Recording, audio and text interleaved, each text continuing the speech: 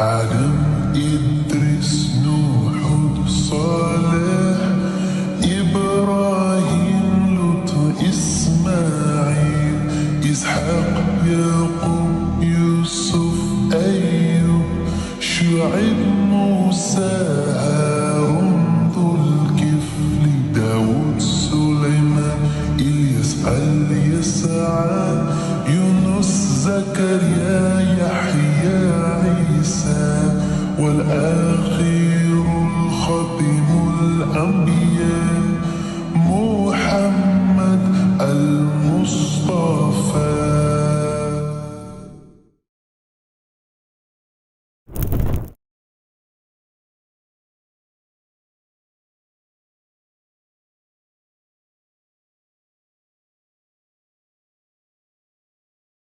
பிஸ்மில்லாஹிர் ரஹ்மானிர் ரஹீம் அல்ஹம்துலில்லாஹி வகஃபா ஸலாத்து வஸ்ஸலாமு அலா இபாதிஹில் லதீன இஸ்தஃபா ஹுசூஸன் அலா அஃதலிஹின் வ ஹாக்கிமின் நபியின் முஹம்மதின் அல்-அமீன் வ அலா ஆலிஹி வஸஹ்பிஹி அஜ்மஈன் அம்மா பஅத்.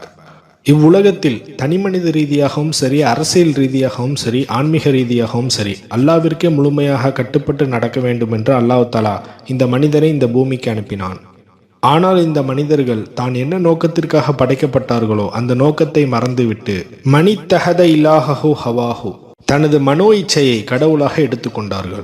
அல்லாஹ் தஆலா இந்த மனிதர்களை எச்சரிக்கை செய்ய வேண்டும் என்று எத்தனையோ நபிமார்கள் சீர்திருத்தவாதிகளை அனுப்பினாலும் இந்த மனிதர்கள் காலம் போன போக்கில் வழிகேட்டின் பக்கம் தான் சென்று கொண்டிருக்கிறார்கள். The history keeps on repeating itself again and again. Adam அலைஹிஸ்ஸலாத்து வஸ்ஸலாம் அவர்களுடைய காலத்திற்கு பிறகு ஷீத் அலைஹிஸ்ஸலாத்து வஸ்ஸலாம் அவர்கள் காலத்தில் ஏற்பட்ட ஒரு சின்ன ஃபித்னா நூஹ் அலைஹிஸ்ஸலாத்து வஸ்ஸலாம் காலத்தில் ஒரு மிகப்பெரிய ஃபசாதாக மாறி அந்த சமுதாயத்தையே அழிக்கும் அளவிற்கு ஒரு விளைவை ஏற்படுத்தியது. பிறகு அல்லாஹ் தஆலா அந்த ஊரையே முழுமையாக அழித்த பிறகு எஞ்சியிருந்த நூஹ் அலைஹிஸ்ஸலாத்து வஸ்ஸலாம் அவர்களுடைய தீனை ஏற்றுக்கொண்ட மக்கள் மத்திய கிழக்கின் பக்கம் கப்பலின் மூலம் மைக்ரேட் ஆகி போறாங்க. அங்கு போய் சேர்ந்தவுடன் ஒரு சில கருத்துக்கள் உள்ளது. நூஹ் அலைஹிஸ்ஸலாத்து வஸ்ஸலாம் அந்த மக்களுடன் 50 வருடங்கள் வாழ்ந்தார்கள். நூஹ் அலைஹிஸ்ஸலாத்து வஸ்ஸலாம் தன்னுடைய மரணத்திற்கு முன் தன்னிடம் உள்ள அனைத்து பொறுப்பையுமே தனது மகனான ஷாமிடம் ஒப்படைத்து விட்டு மரணிக்கிறார்கள். இப்ப அங்கே இருக்கக்கூடிய அனைத்து மக்களுக்குமே ஷாம் தான் கலீஃபா. ஆனால் இந்த ஷாம் நபியாக இருந்தாரா என்பதை பற்றி வரலாற்று நூட்களில் எந்தவித குறிப்பும் இல்லை. இப்ப இந்த ஷாமுக்கு 2 சகோதரர்கள் உண்டு. ஒன்று ஹாம், இன்னொன்று யாஃபிஸ்.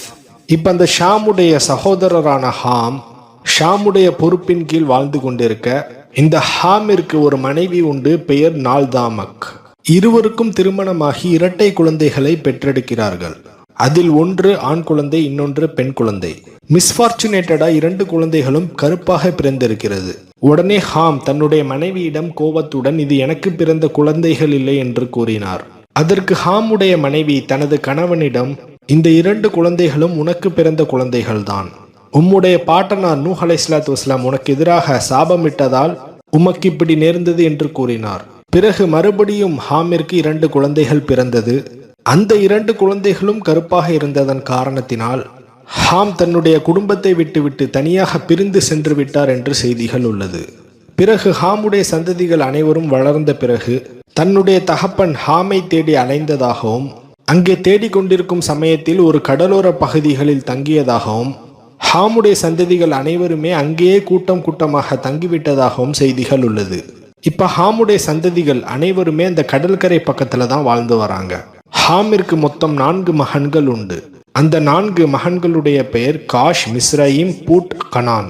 இந்த 4 மகன்களுடைய சந்ததிகள் அதிகமா பெருகுது. இவங்க அனைவருமே அந்த கடலோர பகுதியில தான் வாழ்ந்து வராங்க. அவ்வூரை ஷினார் தேசம் என்று அழைக்கப்படும். பாபேல், ஏரேக், அக்காத், கல்னே இந்த 4 ஊரும் கலந்ததுதான் இந்த ஷினார் தேசம். மறுபுறத்தில் அசிரியா என்னும் தேசத்தில் நூஹ் அலைஹிஸ்ஸலாத்து வஸ்ஸலாம் அவர்களுடைய மகன் ஷாம் யாஃபிஸ் அவர்களுடைய சந்ததிகளுக்கு கலீஃபாவாக நீதமாக ஆட்சி செய்து கொண்டிருந்தார். நான் ஏற்கனவே சொல்லியிருந்தேன், எப்பவுமே ஒரு ட்ரிபியூட்டரி பக்கத்துல தான் ஒரு சிவிலைசேஷன் உருவாகும். அந்த அசிரியா அப்படின்னு சொல்லக்கூடிய ஷாம் கலீஃபாவா இருந்த அந்த அசிரியான்னு சொல்லக்கூடிய தேசத்தில் யூப்ரட்டிஸ் என்று சொல்லக்கூடிய ஒரு மிகப்பெரிய ஆறு ஓடியது. அந்த நாகரிகம், அந்த சிவிலைசேஷனுடைய பெயர் யூப்ரட்டிஸ் டைக்ரட்டிஸ் நாகரிகம் என்று கூறுவார்கள். அதனை ஆங்கிலேயர்கள் ஏன்ஷியன்ட் மெசபடோமியன் சிவிலைசேஷன் என்றும் கூறுவார்கள்.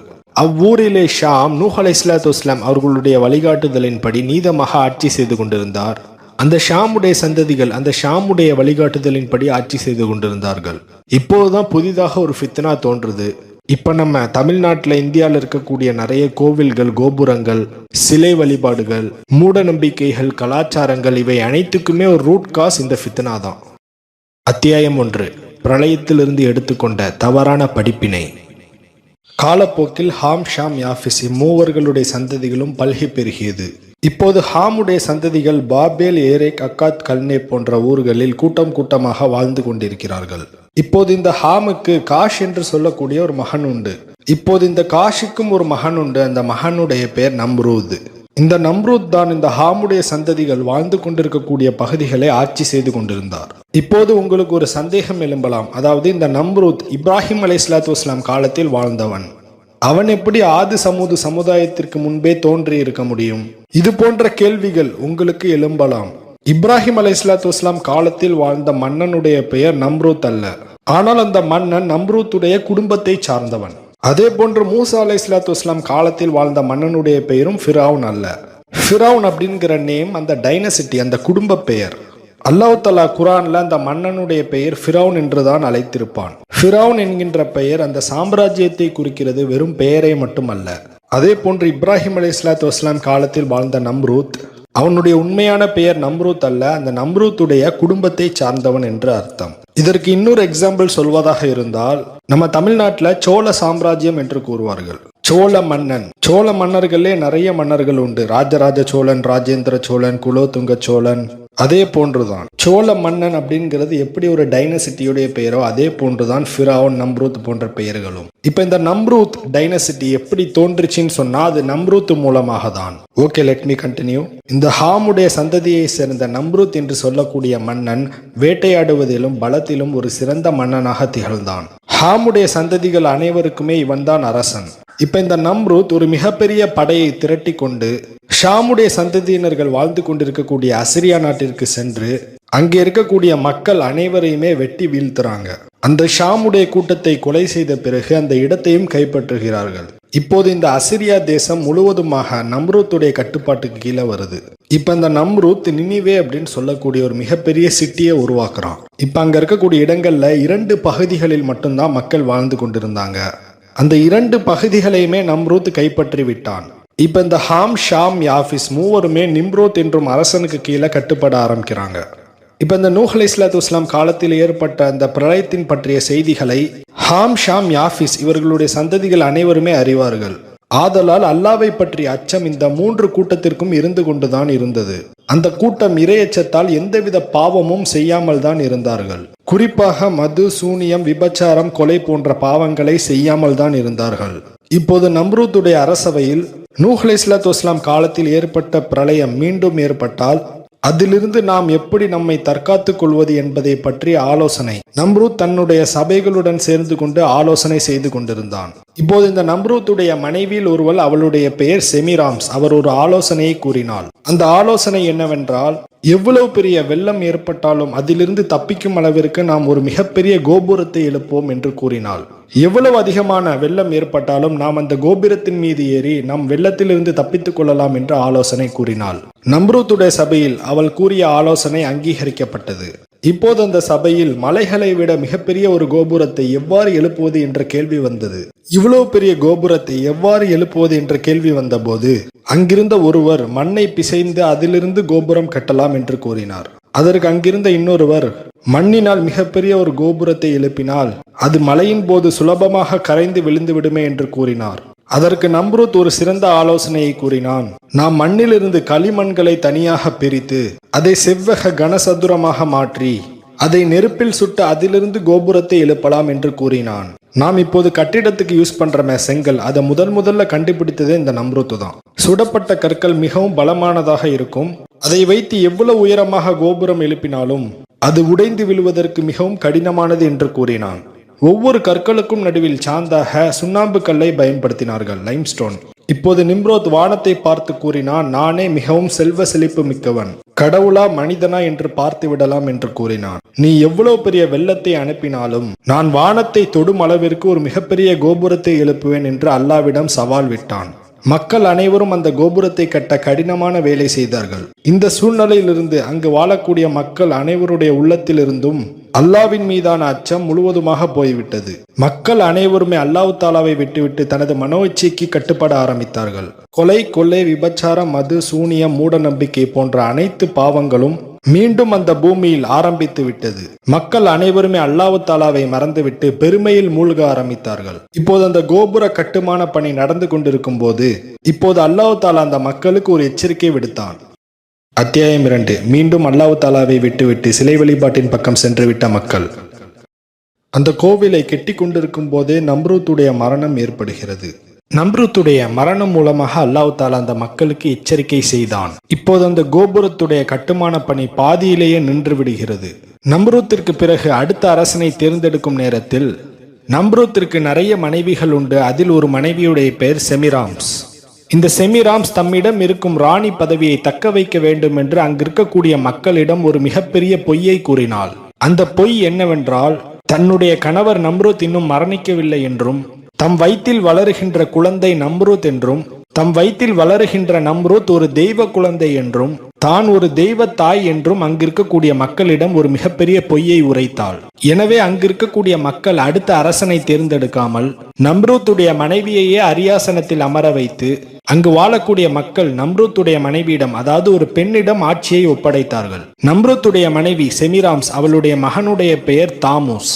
இப்போது அங்கே வாழக்கூடிய மக்கள் இவள் கூறிய பொய்யை முழுவதுமாக நம்பி அவளுடைய குழந்தை தாமூஸ் அதை சூரிய கடவுளாக ஆக்கி இந்த செமிராமிஸ், அதாவது அந்த தாயை சந்திர கடவுளாக ஆக்கினார்கள். நூஹ் அலைஹிஸ்ஸலாத்து வஸ்ஸலாம் எதை எதிர்த்து தன் வாழ்நாள் முழுவதும் பிரச்சாரம் செய்தார்களோ அந்த ஃபித்னா மீண்டும் அந்த பூமியில் துவங்க ஆரம்பித்தது. அத்தியாயம் 3. குரானில் குறிப்பிட்ட காளை கன்று வழிபாடு. மூசா அலைஹிஸ்ஸலாத்து வஸ்ஸலாம் காலத்துல அங்கு வாழக்கூடிய யூதர்கள் ஒரு காளை கன்றை வழிபடுவாங்க. அந்த காளை கன்று வழிபாடு முதலில் தோன்றியது இந்த நம்ரூத்துடைய காலத்துல தான். அந்த காளை கன்றுடைய சிலையுடைய பெயர் பால் என்று கூறுவார்கள். இந்த பால் எங்கிருந்து வந்ததுன்னு சொன்னா, நாம் பின்னினம் என்ற ஒரு இனத்தை பற்றி முதலில் பார்த்திருப்போம். இந்த பால் என்ற சிலை வழிபாடு இந்த பின்னினத்திலிருந்து எடுக்கப்பட்டது என்று கூறுவார்கள். அதே போன்று முகமது நபி ஸல்லல்லாஹு அலைஹி வஸல்லம் காலத்தில் அங்கு வாழக்கூடிய குறைஷிகளிடத்திலும் ஒரு சில சிலை வழிபாடுகள் உண்டு. அதனை லாத்து மனாத் என்று கூறுவார்கள். இந்த மனாத் என்ற சிலை இந்த பாலுடைய சிலைக்கு சகோதரி என்றும் கூறுவார்கள். அதே போன்று அங்கே அஸ்தரோத் என்றும் ஒரு சிலையை வணங்கினார்கள். இந்த அஸ்தரோத் பாலுடைய மனைவி என்றும் கூறுவார்கள். இந்த பால் என்றும் சிலையை அங்கு வாழக்கூடிய மக்கள் விவசாயத்தின் கடவுள் என்று வணங்கி வந்தார்கள். அங்கு வாழக்கூடிய மக்கள் வேலைக்கு செல்வதற்கு முன் இந்த பால் என்றும் சிலையை வணங்கிவிட்டு தான் செல்வார்கள். அங்கு வாழக்கூடிய மக்கள் இந்த பாலுக்கு ஒரு பொய்யான கதையை உருவாக்கினார்கள். அந்த கதை என்னவென்றால், ஒரு காலத்தில் இந்த பாலுடைய உயிரை இந்த மலக்குல் மௌத் கைப்பற்றியது. அதற்கு இந்த பாலுடைய சகோதரியான அனாத் மலக்குல் மௌத்திடம் போராடி பாலை மீண்டும் எழுப்பி கொண்டு வந்தாள் என்று ஒரு சில கதைகள் உள்ளது. இதை கேட்டுவிட்டு அங்கு வாழக்கூடிய மக்கள் மலக்குல் மௌத்தை அரக்கனாகவும் இந்த பாலை தெய்வமாகவும் வணங்கி வந்தார்கள். இது போன்ற பல பொய்யான கதைகளை உருவாக்கி அங்கு வாழக்கூடிய மக்கள் சிலைகளை வணங்க ஆரம்பித்தார்கள். அங்கு வாழக்கூடிய மக்கள் இந்த மனாத் என்ற சிலையை மழை தரக்கூடிய கடவுளாக நம்பினார்கள்.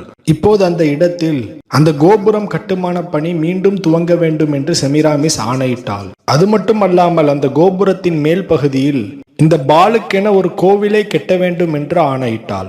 இப்போது அங்கே வாழக்கூடிய மக்கள் இந்த கோபுரத்தை முழுமையாக கட்டி முடிக்க வேண்டும் என்று கடினமாக வேலை செய்து கொண்டிருந்தார்கள். இப்ப அல்லாஹ் தஆலா அந்த சமுதாயத்திற்கு ஒரு தண்டனை கொடுக்கிறான். அத்தியாயம் 4. பல மொழிகள் உருவான வரலாறு. இப்ப மறுபடியும் அந்த கோவிலை கட்ட துவங்கும் போது அல்லாஹ் தஆலா அந்த சமுதாயத்தின் மீது ஒரு அதாபை இறக்குறான்.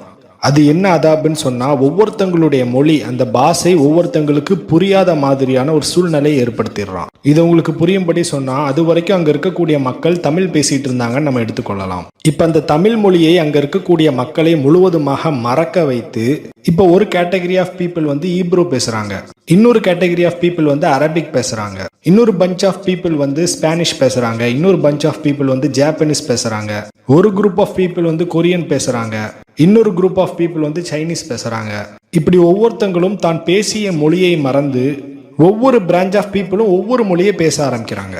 இப்ப அங்க கோவில் கட்டிட்டு இருந்த மக்களுக்குள்ள ஒரு சண்டை ஏற்படுது. அது எப்படி ஏற்பட்டுச்சுன்னு சொன்னா, ஒருவர் செங்கல் எடுத்துட்டு வா அப்படின்னு சொல்லுவாங்க. அது புரியாம அவர் தண்ணி எடுத்துட்டு வருவாரு. ஒருவர் தண்ணி எடுத்துட்டு வான்னு சொல்லுவாங்க. அவர் இந்த தண்ணிக்கு பதிலா லைம் ஸ்டோன் எடுத்துட்டு வருவாரு. இப்படி அங்கே வேலை செய்து கொண்டிருக்கக்கூடிய மக்களுக்கு நடுவில் மிகப்பெரிய லெவலில் சண்டை வருது. இப்போது அங்கே வாழக்கூடிய மக்கள் கோபுரமும் கட்ட வேண்டாம், ஒன்றும் கட்ட வேண்டாம்னு சொல்லிட்டு மொழியின் அடிப்படையில் எல்லாருமே பிரிய ஆரம்பிக்கிறாங்க. அது எப்படின்னு சொன்னா, அரபிக் பேசக்கூடிய மக்கள்லாம் ஒரு இடத்துக்கு தனியா பிரிஞ்சு போறாங்க, அரமிக் பேசக்கூடிய மக்கள்லாம் அவங்க தனியா பிரிஞ்சு போறாங்க, ஈப்ரு மொழியை பேசக்கூடியவர்கள் அனைவருமே தனியா பிரிஞ்சு போறாங்க. இப்படி மக்கள் பல இடங்களில் சிதறி போக ஆரம்பிக்கிறாங்க. இப்போதுதான் ஒரு விஷயத்தை நம்ம தெளிவா புரிஞ்சுக்கணும். அந்த மக்களுடைய மொழி தான் மாறி இருக்க ஒழிய அவங்களுடைய சிந்தனை கலாச்சாரம் மாறவில்லை. இவர்கள் எப்படி முன்னாடி சிலையை வணங்கி கொண்டிருந்தார்களோ, அவர்கள் தனியாக பிரிந்து சென்ற பிறகும் அதே பாவத்தை தான் கண்டினியூ பண்ணிட்டு இருக்காங்க. அதில் பிரிந்து போன 2 சமூகங்களில் தான் ஆது சமூகம், சமூது சமூகம். இப்போது அங்கே வாழக்கூடிய மக்கள் ஒவ்வொரு இடத்திற்கும் தனியாக பிரிந்து போன பிறகு அங்கு இருக்கக்கூடிய ஒவ்வொரு இடங்களிலும் ஒவ்வொரு தனி கலாச்சாரங்களை உருவாக்க ஆரம்பிக்கிறார்கள். இப்போது ஒவ்வொரு கூட்டமும் எங்கெல்லாம் சென்றார்கள் என்பதை பற்றி பார்க்கலாம். அத்தியாயம் 5, The Inception of Human Civilization. First யாஃபிஸுடைய சந்ததிகள் எந்தெந்த நாடுக்கெல்லாம் போனாங்க என்பதை பற்றி பார்க்கலாம். யாஃபிஸுடைய மகன் யாஜூஜுடைய குடும்பம் ஜெர்மனியின் பக்கம் சென்றார்கள். யாஃபிஸுடைய மகன் மேஜூஜுடைய குடும்பம் ரஷ்யாவின் பக்கம் சென்றார்கள். யாஃபிஸுடைய மகன் மதாயாவுடைய குடும்பம் பெர்ஷியாவின் பக்கம் சென்றார்கள். அது இப்போது ஈரான் பக்கம் இருக்கிறது. யாஃபிஸுடைய மகன் யாவானுடைய குடும்பம் கிரேக்க தேசத்தின் பக்கம் சென்றார்கள். யாஃபிஸுடைய மகன் திராசியுடைய குடும்பம் இத்தாலி பக்கம் சென்றார்கள். யாஃபிஸுடைய மகன் தொகர்மா உடைய குடும்பம் அர்மீனியாவின் பக்கம் சென்றார்கள். யாஃபிஸுடைய மகன் தர்ஷீஸுடைய குடும்பம் ஸ்பெயின் பக்கம் சென்றார்கள். அடுத்தது யாஃபிஸுடைய மகன் கித்தீப்புடைய குடும்பம் சைப்ரஸ் நாட்டின் பக்கம் சென்றார்கள். அடுத்தது ஹாமுடைய வம்சத்தை சேர்ந்தவர்கள். ஹாமுடைய மகன் காஷுடைய குடும்பத்தில் ஒரு சிலர் எத்தியோப்பியாவிலும் ஒரு சிலர் ஈராக்கிலும் இருந்தார்கள். அடுத்தது ஹாமுடைய மகன் மிஸ்ரயீம் உடைய குடும்பம் எஜிப்தின் பக்கம் சென்றார்கள். அடுத்தது ஹாமுடைய மகன் பூட்டுடைய குடும்பம் ஆப்பிரிக்காவின் பக்கம் சென்றார்கள். அடுத்து ஹாமுடைய மகன் கனானுடைய குடும்பம் பலஸ்தீனின் பக்கம் சென்றார்கள். அடுத்தது ஹாமுடைய மகனான கூஷுடைய மகன் நிம்ரோத்துடைய குடும்பம், இந்த குடும்பம் பாபிலோனிலே ஆட்சி செய்து கொண்டிருந்தார்கள். அடுத்தது ஹாமுடைய 2வது தலைமுறை சீதானுடைய குடும்பம் லெபனானின் பக்கம் வாழ்ந்தார்கள். அடுத்து ஹாமுடைய 2வது தலைமுறை ஏத்துடைய குடும்பம் டர்க்கி பக்கம் சென்றார்கள். அடுத்தது ஹாமுடைய 2வது தலைமுறை ஏபுஷுடைய குடும்பம் ஜெருசலத்தின் பக்கம் சென்றார்கள். அடுத்து ஹாமுடைய சந்ததியிலிருந்து வந்த பெலஸ்தீன் இஸ்ரேல் நாட்டிற்கு சென்றார்கள். அடுத்து ஹாமுடைய தலைமுறையிலிருந்து வந்த சீனுடைய குடும்பம் இந்தியா, சைனா, ஜப்பான் போன்ற நாட்டிற்கு சென்றார்கள். அடுத்து ஷாமுடைய சந்ததியினர்களை பற்றி பார்க்கலாம். இந்த ஷாமுடைய சந்ததியினர்கள் அனைவரும் ஜசீரத்துல் அரபை சுற்றியும் ஒரு சிலர் குராசானின் பக்கம் சென்றார்கள் என்றும் செய்திகள் உள்ளது. அடுத்து இவர்களுடைய சந்ததியினர்கள் உருவாக்கிய கலாச்சாரங்களை பற்றி பார்க்கலாம். முதலில் இந்த நம்ரூத் உருவாக்கிய அந்த கலாச்சாரத்தின் பெயர் மெசபடோமியா கலாச்சாரம் என்று கருதப்படுகிறது. அடுத்தது ஹாமுடைய மகன் மிஸ்ரயீம் உருவாக்கிய நாகரிகத்தின் பெயர் நைல் நதி பக்கத்தில் எஜிப்தியன் சிவிலைசேஷன் என்று கூறுவார்கள். அடுத்தது யாஃபிஸுடைய மகன் யாவானுடைய குடும்பம், இவர்கள் உருவாக்கிய நாகரிகத்தின் பெயர் கிரீஸ் சிவிலைசேஷன் என்று கூறுவார்கள். அடுத்தது ஹாமுடைய வம்சத்தை சேர்ந்த சின்னுடைய குடும்பம் துல்ஃபா அல் பிந்துடைய குடும்பம். இந்த பிந்துடைய குடும்பத்திலிருந்து தான் இண்டஸ் வேலி சிவிலைசேஷன் உருவாகியது என்ற கருத்துக்கள் உள்ளது. நாம் ஏற்கனவே சொல்லியிருந்தோம், இந்த மைக்ரேட் ஆகி போன மக்களுடைய மொழிதான் மாறியதே ஒழிய இவர்களுடைய சிந்தனைகள் அல்ல. இவர்களுடைய சிந்தனைகள் அனைத்துமே இணை வைப்பின் பக்கம்தான் இருந்து கொண்டிருந்தது. எப்படி நம்ரூத்துடைய மனைவி தன்னை ஒரு தெய்வத்தாய் என்று அங்கிருக்கக்கூடிய மக்களுக்கு பொய் உரைத்தாலோ, இங்கிருந்து மைக்ரேட் ஆகி போன மக்கள் அனைவருமே அதே கலாச்சாரத்தை பின்பற்ற ஆரம்பிக்கிறாங்க. எப்படி நம்ரூத் உருவாக்கிய மெசபடோமியா கலாச்சாரத்தில் தாய் சேய் வழிபாடு தோன்றியதோ, அதே போன்று மற்ற கலாச்சாரங்களிலும் இதே தாய் சேய் வழிபாடு தோன்றுகிறது. எப்படி நம்ரூத்துடைய காலத்தில் பால் என்ற சிலையை வணங்கினார்களோ, அதே போன்று மற்ற கலாச்சாரங்களிலும் இந்த பால் என்ற சிலையை வணங்கி கொண்டுதான் இருந்தார்கள். செமிராமிஸ் எப்படி பொய் உரைத்தாலோ அதே போன்று எஜிப்தியன் கலாச்சாரத்திலும் ஒருவள் பொய் உரைத்தாள். அவளுடைய பெயர் ஹாரிஸ் ஆசிஸ் என்று அழைப்பார். அந்த குழந்தையுடைய பெயர் இசிஸ் என்று அழைப்பார்கள். இப்படிதான் தாய் சேய் வழிபாடு எஜிப்திலும் தோன்றியது. அங்குள்ள கலாச்சாரத்தில் எவ்வாறு நம்ரூத்தை சூரிய கடவுள் என்று அழைப்பார்களோ, அதே போன்று இந்த கலாச்சாரத்திலும் இந்த இசிஸை சூரிய கடவுள் என்று அழைப்பார்கள். அடுத்தது ஹாமுடைய மகனான சீதோனுடைய குடும்பம் உருவாக்கிய சிவிலைசேஷன் அசிரியன் சிவிலைசேஷன் என்று கூறுவார்கள். இந்த அசிரிய கலாச்சாரத்தில் இந்த செமிராமிஸை பெல்திஸ் என்றும் அழைப்பார்கள். அதே போன்று இஸ்தார் தேவதை என்றும் அழைப்பார்கள். இந்த பெல்திஸுடைய மகனை தான் ஹிராக்குலஸ் என்று அழைப்பார்கள். அதே போன்று பெர்ஷிய கலாச்சாரம், இண்டஸ் வேலி சிவிலைசேஷன் போன்ற எல்லா கலாச்சாரத்திலும் இந்த தாய்சேய் வழிபாடு இருந்து கொண்டுதான் இருக்கிறது. ஏன் இப்போது கிறிஸ்துவர்கள் மரியம் அலைஹிஸ்ஸலாத்து வஸ்ஸலாம் அவர்களை கடவுளாகவும் ஈசா அலைஹிஸ்ஸலாத்து வஸ்ஸலாம் அவர்களை குழந்தையாக வைத்திருக்கும் சிலை இந்த கலாச்சாரத்தில் இருந்துதான் வந்தது என்பதை நம்மால் அறிய முடிகிறது.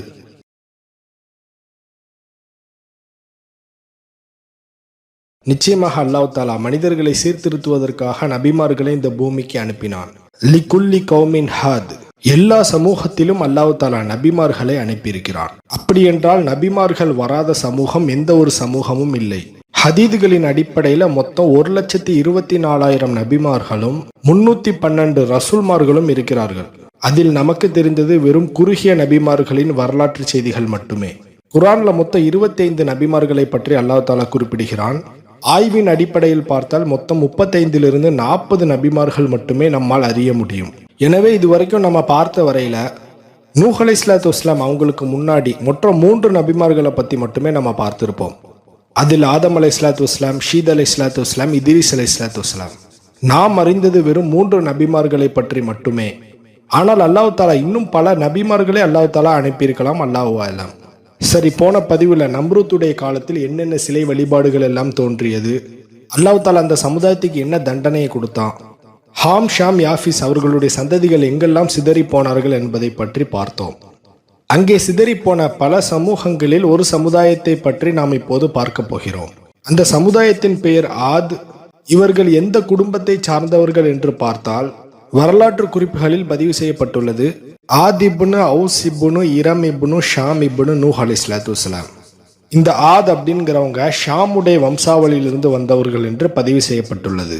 இன்னொரு கருத்து, இந்த ஆது சமூகம் ஹாமுடைய வம்சாவளியிலிருந்து வந்தவர்கள் என்றும் கருத்துக்கள் உள்ளது. மேபி அங்க இருக்கக்கூடிய மக்கள் கருப்பர்களாக இருந்து அந்த மக்களை லீட் பண்ணவங்க, அதாவது தலைமை தாங்கினவங்க ஷாமுடைய வம்சாவளியிலிருந்து வந்த ஆதாக இருக்கலாம். இதனால் அந்த ஒட்டுமொத்த சமூகத்தின் பெயர் ஆது சமூகம் என்று பெயரிடப்பட்டிருக்கலாம். சரி, இப்போது அல்லாஹ் தாலா இந்த சமூகத்தை பற்றி அல்லாஹ் தாலா குர்ஆனிலே குறிப்பிடுகிறான். சூரா அல் ஆராஃப் 69வது வசனம், வதுகுர் இது ஜஅலக்கும் ஹுலஃபா மின் பஅதி கௌமி நூஹின். வதுகுர், நீங்கள் நினைவு கூறுவீராக, இது ஜஅலக்கும் ஹுலஃபா, கலீஃபாவாக அதாவது பிரதிநிதிகளாக ஆக்கினான், மின் பஅதி கௌமி நூஹின், நூஹ் அலைஹிஸ்ஸலாத்து வஸ்ஸலாம் அவங்களுடைய கௌமுக்கு பிறகு இந்த கௌமை அல்லாஹ் தாலா இந்த சமுதாயத்தை பிரதிநிதிகளாக ஆக்கினான். அல்லாஹ் தாலா ஒவ்வொரு காலங்களிலும் ஒவ்வொரு சமுதாயத்திற்கு பிரதிநிதித்துவத்தை வழங்குவான். நூஹ் அலைஹிஸ்ஸலாத்து வஸ்ஸலாம் அவங்களுக்கு பிறகு இந்த சமுதாயத்திற்கு தான் அல்லாஹ் தாலா ஆட்சி அதிகாரத்தை வழங்கியிருக்கிறான். இப்படி அல்லாஹ் தாலா வழங்கிய இந்த ஆட்சி அதிகாரத்தை அந்த சமூகம் எந்த வழியிலெல்லாம் தவறான வழியில் பயன்படுத்தினார்கள் என்பதை பற்றி அல்லாஹ் தாலா குர்ஆனில் பல இடங்களில் குறிப்பிடுகிறான். இந்த ஆது சமூகம் எந்த இடத்தில் வாழ்ந்து வந்தார்கள் என்று பார்த்தால் சூரா அஹ்காஃப் 21வது வசனம், வதுகுர் அஹா ஆதின் இது அவதர கௌமஹு பில் அஹ்காஃபி. அஹ்காஃப் என்ற இடத்தில் இந்த மக்கள் வாழ்ந்து வந்தார்கள் என்று குர்ஆனில் குறிப்பிடப்பட்டுள்ளது. அஹ்காஃப் என்ற இடத்திற்கு அர்த்தம் மணல் குன்றுகள் என்று தப்சீர்களில் பதிவு செய்யப்பட்டுள்ளது. அது மட்டும் அல்லாமல் இந்த ஆது சமூகம் அரபுல் ஆரிபா, அதாவது பூர்வீக அரபு குடியினர் என்றும் ஒரு சில செய்திகளில் பதிவு செய்யப்பட்டுள்ளது. அதே போன்று இந்த மணல் குன்றுகள் எவ்வாறு இருக்கும் என்று கூறும்போது பெரிய பெரிய மணல் பாறைகளாக இருந்தது என்று குறிப்பிடப்பட்டுள்ளது. அதே போன்று இந்த மக்கள் வாழ்ந்த பகுதி எந்த இடத்துல லொக்கேட் ஆயிருக்குன்னு சொன்னா, வகானத் பில் யமீன் பைன உம்மான் வ ஹதரல் மவுத், யமன்ல இருக்கக்கூடிய ஒரு பகுதிக்கும் ஹதரல் மவுத்துக்கும் நடுவில் இந்த இடம் இருந்தது என்று குறிப்பிடப்பட்டுள்ளது. இன்னொரு கருத்து, ஹதரல் மவுத் என்றும் இடத்தில்தான் இந்த இடம் இருக்கிறது என்று கருத்துக்கள் உள்ளது. அந்த இடம் கடற்கரையின் பக்கம் இருக்கிறது. அந்த இடத்தின் பெயர் ஷஹர் என்றும் அழைக்கப்படும். அல்லாஹ் தாலா இந்த ஆது சமுதாயத்தை பற்றி குர்ஆனில் குறிப்பிடும் போது சூரா அல் ஃபஜ்ர்ல இரமதாத்தில் இமாத் அல்லதி லம் யுஹ்லகு மிஸ்லுஹா ஃபில் பிலாத், அவர்கள் உயரமான தூண்களுடைய இரம் என்னும் நகரவாசிகள், இதே போன்ற ஒரு வேற ஏதாவது ஒரு ஊரை நான் படைக்கவே இல்லைன்னு அல்லாஹ் தாலா சொல்றான். அவ்வளோ பிரம்மாண்டமாக அந்த ஊர் இருந்திருக்கிறது. அதே போன்று இந்த இரம்வாசிகள் இந்த இடத்திற்கு வருவதற்கு முன்னாடி பல இடங்களில் சுற்றி கொண்டிருந்தார்கள் என்றும் செய்திகள் உள்ளது. அவர்கள் முதலில் ஷாம் இடத்தில் இருந்தார்கள், அதாவது நம்ரூத் வாழ்ந்த அந்த இடத்துல இருந்தாங்க. வதாரத்தன் ஃபில் யமன், பிறகு அவர்கள் யமனில் இருந்தார்கள். வதாரத்தன் ஃபில் ஹிஜாஸ், அதாவது மெக்கா மதினா அங்கே இருக்கக்கூடிய பகுதிகளில் வாழ்ந்து வந்தாங்க. இறுதியாக அவங்க ஹதரல் மௌத்தில் வாழ்ந்து வந்தாங்கன்னு சொல்லிட்டு செய்திகள் உள்ளது. அது மட்டும் அல்லாமல் அல்லாஹ் தஆலா இந்த சமுதாயத்தை பற்றி கூறுகிறான், ஃபஸாதஹும் ஃபில் ஹல்கி பஸ்தா, இந்த சமுதாயத்து மக்களுடைய உயரத்தை அல்லாஹ் தஆலா அதிகப்படுத்தினான். இந்த ஆது சமுதாயத்து மக்கள் ரொம்ப உயரமா இருப்பாங்கன்னு அல்லாஹ் தஆலா சொல்றான். ஆக மொத்தத்தில் அல்லாஹ் தஆலா அந்த சமுதாயத்துக்கு அதிகாரத்தையும் பலத்தையும் வழங்கியிருந்தான். அந்த அருட்கொடையை இந்த மக்கள் தவறான வழியில் பயன்படுத்தினார்கள்.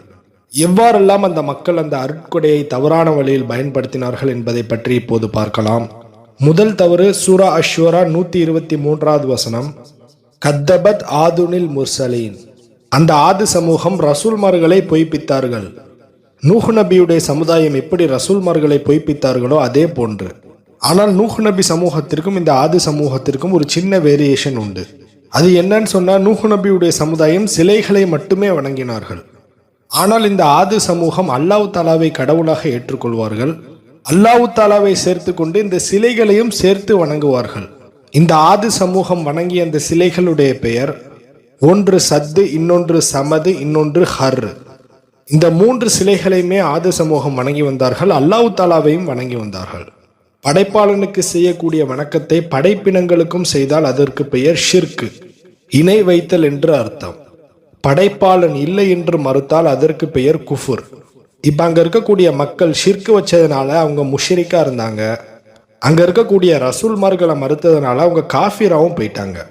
அடுத்து ஆது சமூகம் செய்த 2வது தவறு சூரா அஷ்ஷூரா 128வது வசனம், அஸபுனூன பிகுல்லி ரீஇன் ஆயத்தன் தஅபஸூன். நீங்க ஒவ்வொரு இடத்துலையுமே வேடிக்கையாக உயரமான கட்டடங்களை கட்டுகிறீர்கள் என்று அல்லாஹ் தாலா சொல்றான். வதத்தஹிதூன மசானியன அல்லஹும் தஹ்லுதூன். அல்லாஹ் தாலா சொல்றான், இந்த உலகத்துல என்னவோ நீங்க நிரந்தரமா இருந்துட போறீங்கன்னு சொல்லிட்டு உயரமான கட்டிடங்களை கட்டுறீங்களேன்னு அல்லாஹ் தாலா சொல்றான். வீணாக உயரமான கட்டிடங்களை எழுப்புவது அல்லாஹ் தாலா தடை செய்கிறான். ஏன் இப்போது நாம் முன்னோக்கி தொழுகிறோமா காபத்துல்லா, அது என்ன அல்லாஹ் தாலா இப்ராஹிம் அலைஹிஸ்ஸலாத்து வஸ்ஸலாமுக்கு மிகப்பெரிய கோட்டையை கட்ட சொல்லி அல்லாஹ் தாலா கட்டளையிட்டான். அந்த காபத்துல்லா 4 செவரு மட்டும்தான், எந்தவித ஆர்கிடெக்சரல் டிசைனுமே கிடையாது. ஏன் முகமது நபி ஸல்லல்லாஹு அலைஹி வஸல்லம் கட்டிய மஸ்ஜிது நபவி அவங்க என்ன மிகப்பெரிய ஒரு கோட்டையாவா கட்டினாங்க? வெறும் குடிசையில இருந்து தான் தொழுதாங்க. அல்லாஹ் தாலா எளிமையானதை விரும்பக்கூடியவனாக இருக்கிறான். ஆனால் அவர்களுடைய உம்மத்தாக இருக்கக்கூடிய முஸ்லிம்கள் அதை முழுவதுமாக பின்பற்றினார்களா என்று பார்த்தால் அந்த கட்டளைகளுக்கு மாறுதான் செய்தார்கள். யாரும் அவுட் ஆஃப் த கண்டென்ட் நினைக்க வேணாம். மோடி 3000 கோடிக்கு செலவச்சாங்கன்னு சொல்லிட்டு நம்ம அவர்களை விமர்சிக்கிறோம். ஆனால் இதே தவறை தான் இந்த இந்தியாவில் வாழ்ந்த முஸ்லிம் மன்னர்கள் செய்திருக்கிறார்கள். வீணான கட்டிட சின்னங்களை எழுப்புவது, தர்காக்களை எழுப்புவது, தாஜ்மஹால், ஆக்ரா ஃபோர்ட் இது போன்ற கட்டடங்களை அல்லாஹ் தாலா ஒருபோதும் அனுமதிக்க மாட்டான். ஏன் இப்போது சவுதி, எமிரேட்ஸ் போன்ற நாடுகளை பார்த்தால் பெரிய பெரிய உயரமான கட்டிடங்களை அவர்கள் கட்டியிருக்கிறார்கள். ஆனால் பக்கத்துல நாடுல பார்த்தா சோமாலியா, எஜிப்ட், யமன் போன்ற நாடுகளில் சாப்பாடு கூட வழி இல்லாம இருப்பாங்க. ஆனால் இவங்க என்னடானா Burj Khalifa, Jeddah Tower, Rolls ராய்ஸ்ன்னு ரொம்ப ரிச்சா வாழ்ந்துட்டு இருக்காங்க. நல்லா புரிஞ்சுக்கோங்க, அண்டை வீட்டார் பசியோடு இருக்கும்போது நான் இங்கே பீஸா பர்கர் சாப்பிட்டுட்டு இருந்தேன்னா நான் கூடிய விரைவில் அழிய போறேன்னு அர்த்தம். அந்த தவறை முஸ்லீம் செய்தாலும் சரி, கிறிஸ்துவன் செய்தாலும் சரி, யூதன் செய்தாலும் சரி, இதே போன்ற தவறை தான் அங்கு ஆது சமுதாயமும் செஞ்சுட்டு வந்தாங்க. அவர்கள் வீணான கட்டடங்களை எழுப்பி வந்தார்கள். இந்த கலாச்சாரம் எங்கிருந்து வந்துச்சுன்னு சொன்னா அது பேபிலோன்ல இருந்து தான். நம்ரூத் எப்படி ஒரு உயரமான கட்டிடத்தை கட்டினானோ அதே போன்ற அங்கிருந்து தான் இந்த கலாச்சாரமும் வந்தது. அந்த மக்களுடைய மொழிதான் மாறியதே அன்றி அவர்களுடைய சிந்தனைகள், கலாச்சாரம் அல்ல. நம்ரூத் எவ்வாறு உயரமான கட்டிடத்தை கட்டினானோ அதே போன்று இங்கு இருக்கக்கூடிய மக்களும் உயரமான கட்டிடத்தை கட்டினார்கள்.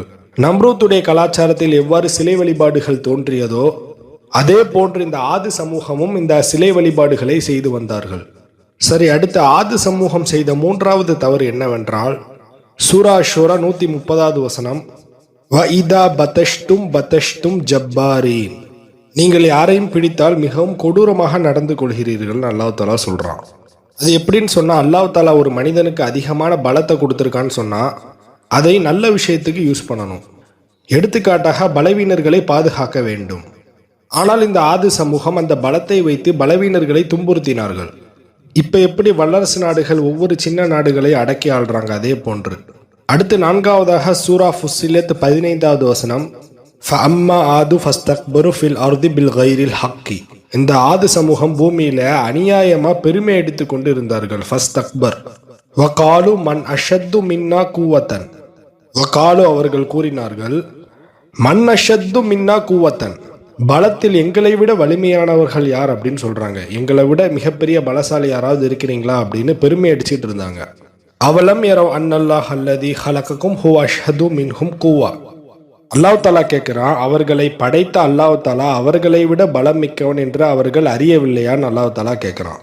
எனவே ஆது சமூகம் 4வதாக செய்த தவறு பெருமை அடித்தல், அதில் மக்களை இழிவாக பார்த்தல், சத்தியத்தை ஏற்காமல் இருத்தலும் அடங்கும். கானு பி ஆயாத்தினா ஜிஹதூன். அந்த ஆது சமூகம் நம்முடைய சான்றுகளை மறுத்து கொண்டு இருக்கிறார்கள் அல்லாஹ் தாலா சொல்றான்.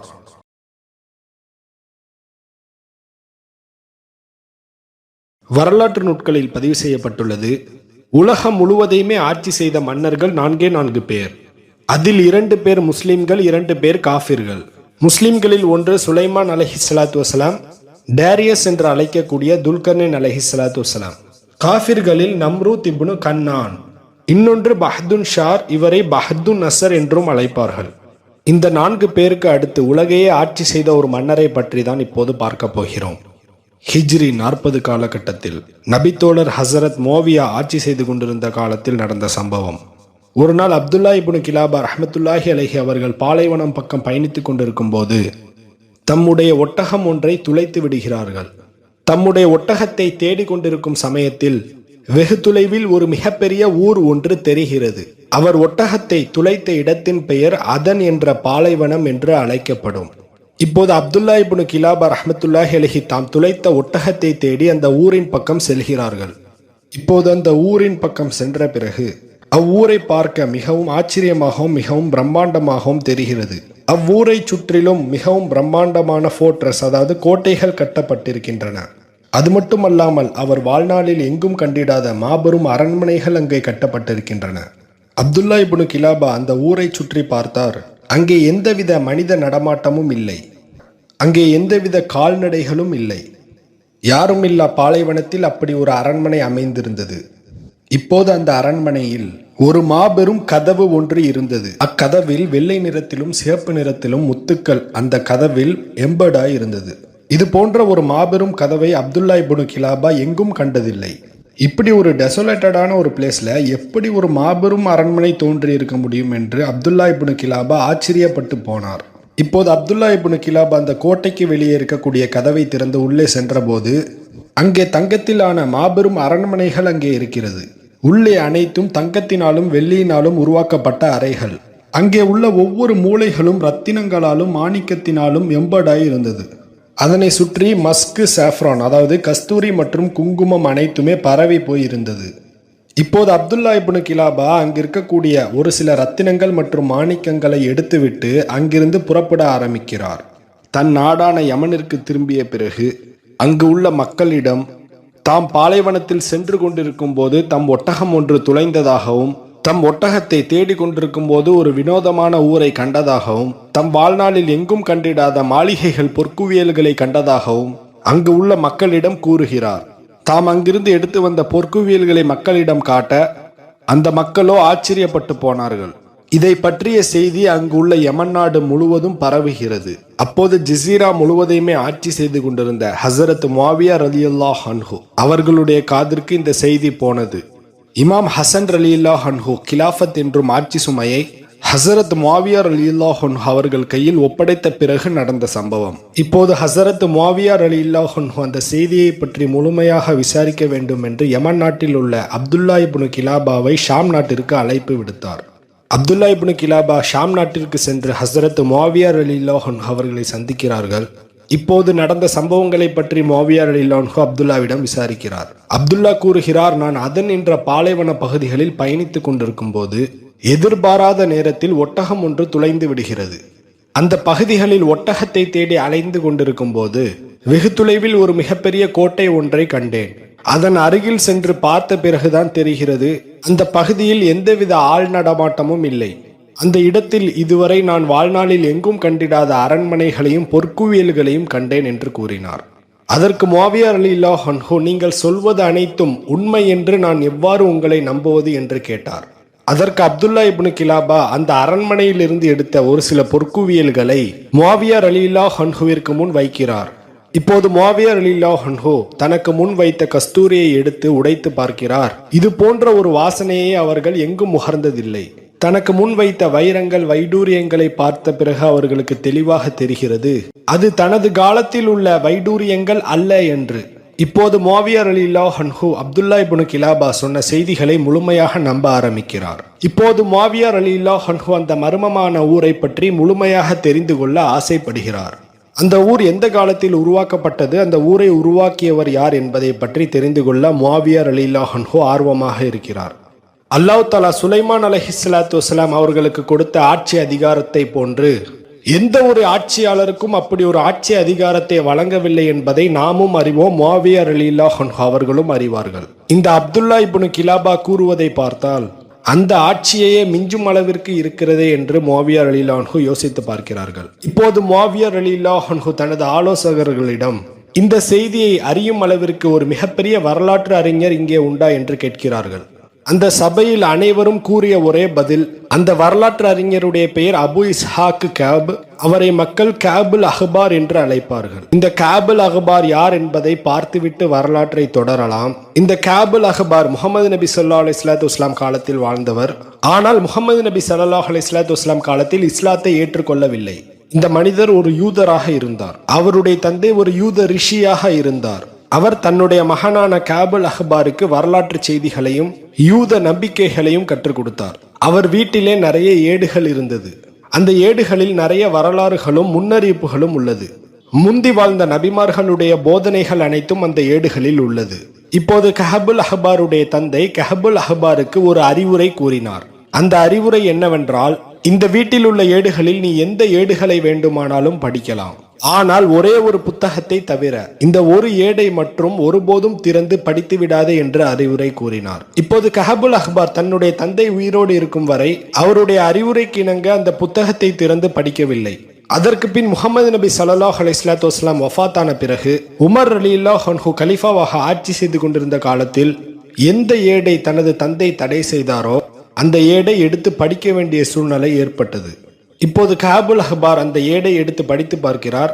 அந்த ஏட்டிலே முஹம்மது நபி ஸல்லல்லாஹு அலைஹி வஸல்லம் பற்றிய முன்னறிவிப்புகள், முஹம்மது நபி ஸல்லல்லாஹு அலைஹி வஸல்லம் பற்றிய ஃபசீலத்துகள், இவை அனைத்தும் அந்த ஏடுகளில் எழுதப்பட்டிருக்கிறது. இந்த முன்னறிவிப்புகளை பார்த்த பிறகுதான் கஅபுல் அஹ்பார் உமர் ரலியல்லாஹு அன்ஹு காலத்தில் இஸ்லாத்தை ஏற்றுக்கொண்டார். முஹம்மது நபி ஸல்லல்லாஹு அலைஹி வஸல்லம் அவர்களுடைய கரத்தை பிடித்து இஸ்லாத்தை ஏற்றுக்கொள்ள முடியவில்லையே என்று தன் வாழ்நாள் முழுவதும் வருத்தத்தில் இருந்தார் என்றும் செய்திகள் உள்ளது.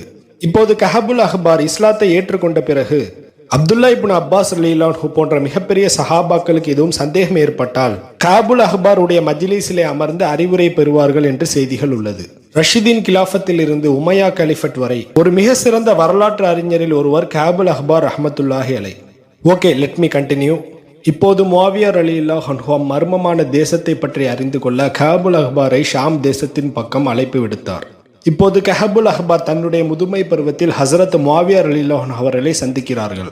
இருவரும் சந்தித்தவுடன் இப்போது முஆவியா ரலியல்லாஹு அன்ஹு கஅபுல் அஹ்பாரிடம் கேட்கிறார், ஓ அபு இஸ்ஹாக்கே, நான் ஒரு முக்கியமான செய்தியை அறிந்து கொள்ள வேண்டும் என்று நான் உன்னை அழைத்திருக்கிறேன். அந்த செய்தியை பற்றி நிச்சயமாக நீ அறிந்திருப்பாய் என்று நான் நம்புகிறேன்.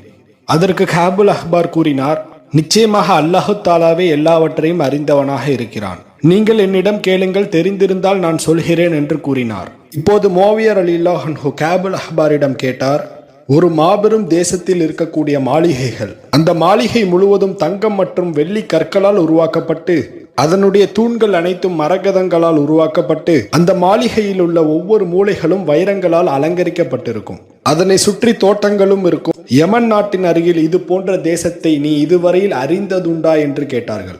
அப்போது கஅபுல் அஹ்பார் கூறினார்கள், ஆம், இதை பற்றி நான் அறிந்திருக்கிறேன். ஆனால் இதுவரையில் யாரும் இதை பற்றி என்னிடம் கேட்டதில்லை. இப்போது முஆவியா ரலியல்லாஹு அன்ஹு அந்த ஊர் எப்போது உருவாக்கப்பட்டது, அந்த ஊரை உருவாக்கியவர் யார் என்று கேட்டார். அதற்கு கஅபுல் அஹ்பார் கூறினார், அவ்வூரை உருவாக்கியவர் பெயர் ஷத்தாத் இப்னு ஆத். அந்த மாளிகை இரம் என்னும் தேசத்தில் உருவாக்கப்பட்டது. இந்த வரலாறு நம்ரூத்துடைய வரலாற்றின் இறுதி பகுதியில் அங்கு உள்ள மக்கள் மொழியின் அடிப்படையில் ஒவ்வொரு தேசத்திற்கும் பிரிந்து செல்ல ஆரம்பிக்கிறார்கள். அங்கு பிரிந்து சென்ற மக்கள் ஒவ்வொரு தேசத்திலும் ஒவ்வொரு கலாச்சாரங்களை உருவாக்க ஆரம்பிக்கிறார்கள்.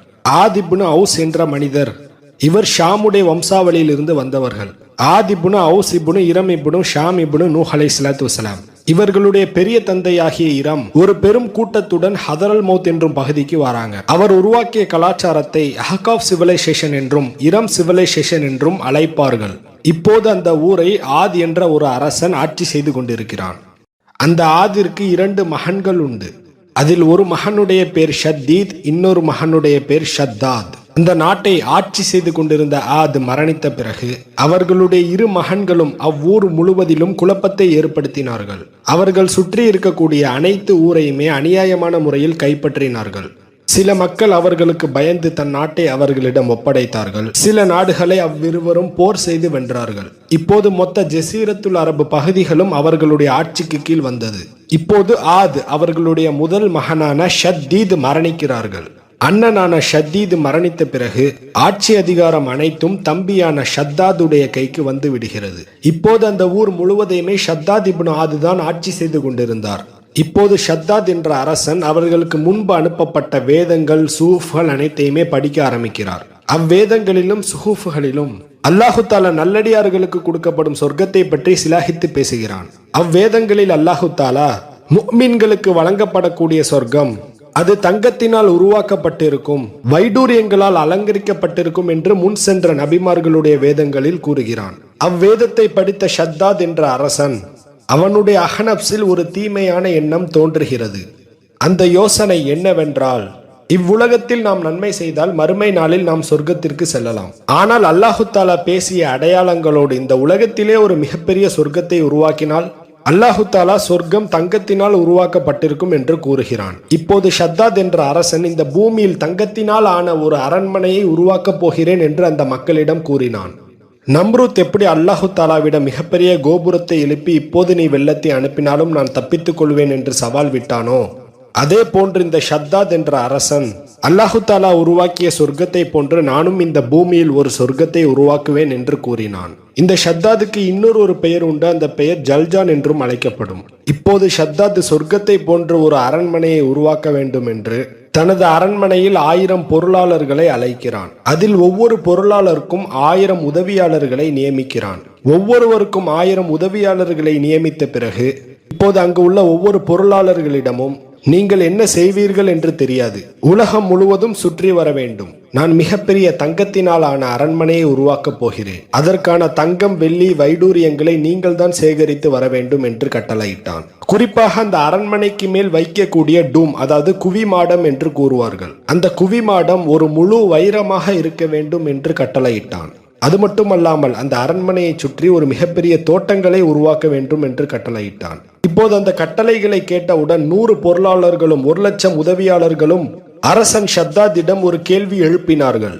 ஒரு அரண்மனையை எழுப்பும் அளவிற்கு தங்கம் வெள்ளி வைடூரியங்களை எங்கிருந்து நாங்கள் பெறுவது என்று கேட்டார்கள். நான் இப்போது உலகில் உள்ள அனைத்து நாட்டையுமே கைப்பற்றி விட்டேன். அங்குள்ள காடுகளின் பக்கம் செல்லுங்கள், கடல்கள் பக்கம் செல்லுங்கள், அங்கெல்லாம் சென்று நீங்கள் தான் எடுத்து வர வேண்டும் என்று கூறினார். இப்போது ஷத்தாது தனக்கு கீழிருக்கும் ஒவ்வொரு நாடுகளுக்கும் கடிதம் எழுதினார். உமது நாட்டில் உள்ள அனைத்து தங்கம் வெள்ளி வைடூரியங்களை தம்மிடம் ஒப்படைக்குமாறு கட்டளையிட்டார். இப்போது ஷத்தாதுடைய ஆட்சிக்கு கீழ் இருக்கும் ஒவ்வொரு நாடுகளும் கிட்டத்தட்ட 10 வருடங்கள் தாம் சேகரித்த தங்கம் வெள்ளி வைடூரியங்களை இரம் என்ற தேசத்திற்கு அனுப்பி வைக்கிறார்கள். இந்த பிரஷியஸ் மெட்டீரியல்ஸை கலெக்ட் பண்றதுக்கு கிட்டத்தட்ட 10 வருடங்கள் ஆனது. கிட்டத்தட்ட 260 அரசர்கள் இதற்கு கீழ் வேலை பார்த்திருக்கிறார்கள். எங்கும் கிடைத்திடாத ரத்தின கற்கள் அந்த அரண்மனை முழுவதும் அலங்கரிக்கப்பட்டது. அவ்வூரை உருவாக்குவதற்கு கிட்டத்தட்ட 300 வருடங்கள் வேலை பார்த்திருக்கிறார்கள். அது மட்டுமல்லாமல் அந்த ஷத்தாத் என்ற மன்னன் கிட்டத்தட்ட 900 வருடங்கள் உயிரோடு இருந்திருக்கிறான் என்று செய்திகள் உள்ளது. காபுல் அஹ்பார் கூறினார், அல்லாஹு தாலா குரானில் குறிப்பிட்ட இரமதாத்தில் இமாத் அல்லதி லம் யுஹ்லகு மிஸ்லுஹா ஃபில் பிலாத், இரம் என்ற ஊரை போன்று எந்த ஒரு ஊரும் படைக்கப்படவில்லை என்று அல்லாஹு தாலா குரானிலே குறிப்பிடுகிறான். அல்லாஹு தாலா குரானிலே குறிப்பிட்ட ஊர் இந்த ஊரை தான் குறிக்கிறது என்று கூறினார்கள். அங்கு வாழக்கூடிய மக்கள் மிகவும் உயரமாகவும் மிக சிறந்த பலசாலிகளாகவும் இருந்தார்கள் என்று கூறுகிறார்கள். இப்போது ஷத்தாத் என்ற அரசன் அந்த அரண்மனையை சுற்றி 1000 கோட்டைகளை பாதுகாப்பிற்காக உருவாக்கினான். அந்த அரண்மனையை முழுவதுமாக கட்டி முடித்த பிறகு இப்போது ஷத்தாத் தனது 1000 கோட்டைகளுக்கு மேல் தனது கொடியை பறக்கவிட வேண்டும் என்று கட்டளையிட்டான். இந்த 1000 கோட்டைகளும் எனது அரண்மனையில் உள்ள மந்திரிகளுக்கு என்று கூறினான். இப்போது ஷத்தாத் அங்கு வாழக்கூடிய மக்களிடம், பார்த்தீர்களா, நான் இப்போது உலகத்திலே ஒரு மிகப்பெரிய சொர்க்கத்தை உருவாக்கி இருக்கின்றேன் என்று பெருமை அடித்தான். அங்குள்ள மக்கள் அனைவருமே பெருமையில் மூழ்கினார்கள். இதற்கு பிறகுதான் அல்லாஹு தாலா ஹூத் அலைஹிஸ்ஸலாத்து வஸலாம் அவர்களை நபியாக தேர்ந்தெடுத்து அந்த மக்களுக்கு எச்சரிக்கை செய்தான். இப்போது காபுல் அஹ்பார் ரஹ்மத்துல்லாஹி அலைஹி மோவியர் ரலியல்லாஹு அன்ஹு அவர்களிடம் இதுதான் அவ்வூரை பற்றிய செய்தி என்று கூறினார். இறுதியில் அந்த காபுல் அஹ்பார் ஒரு முன் அறிவிப்பை செய்தார். அந்த ஊரில் உள்ள மக்கள் அனைவரும் அழிக்கப்பட்டு விட்டார்கள், அந்த ஊரும் அழிக்கப்பட்டு விட்டது.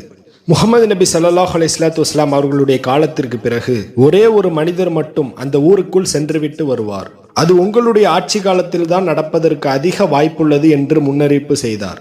அப்போது முஆவியா ரலியல்லாஹு அன்ஹு கஅபுல் அஹ்பாரிடம், எதிர்காலத்தில் ஒரு மனிதர் அங்கு சென்றுவிட்டு வருவார் என்று கூறினாயே, உமது வேதத்தில் அந்த மனிதரை பற்றி ஏதும் அடையாளங்கள் குறிப்பிடப்பட்டிருக்கிறதா என்று கேட்டார். அதற்கு கஅபுல் அஹ்பார் ரஹ்மத்துல்லாஹி அலைஹி அவர்கள் கூறினார்கள், ஆம், அந்த மனிதர் பார்க்க மிகவும் குள்ளமாக இருப்பார். அவர்களுடைய நிறம் பழுப்பு நிறமாக இருக்கும். அவர்களுடைய புருவங்களில் மச்சம் ஒன்று இருக்கும் என்று கூறினார். அது மட்டுமல்லாமல் அந்த மனிதர் அந்த இடத்தை எவ்வாறு அறிந்து கொள்வார்கள் என்று பார்த்தால், அவருடைய ஒட்டகம் ஒன்றை துளைத்து விடுவார். அந்த ஒட்டகத்தை தேடும் சமயத்தில் தான் அந்த ஊர் அவர் கண்முன்னே தென்படும் என்று கூறினார். இப்போது முஆவியா ரலியல்லாஹு அன்ஹு ஆச்சரியப்பட்டு போனார். ஏனென்றால் அவர் கூறக்கூடிய அனைத்து அடையாளங்களும் இந்த அப்துல்லா இப்னு கிலாபாவை பொருந்தி இருக்கின்றது. பல வருடங்களுக்கு முன் அழிந்து போன மர்மமான ஊரை பற்றி அந்த முன்னறிப்பை ஏன் அல்லாஹு தாலா முஆவியா ரலியல்லாஹு அன்ஹு காலத்தில் வெளிப்படுத்தினான்? அல்லாஹு ஆலம், இவர் செய்து கொண்டிருக்கக்கூடிய ஆட்சி அதிகாரத்தை எச்சரிப்பதற்காக கூட இருக்கலாம்.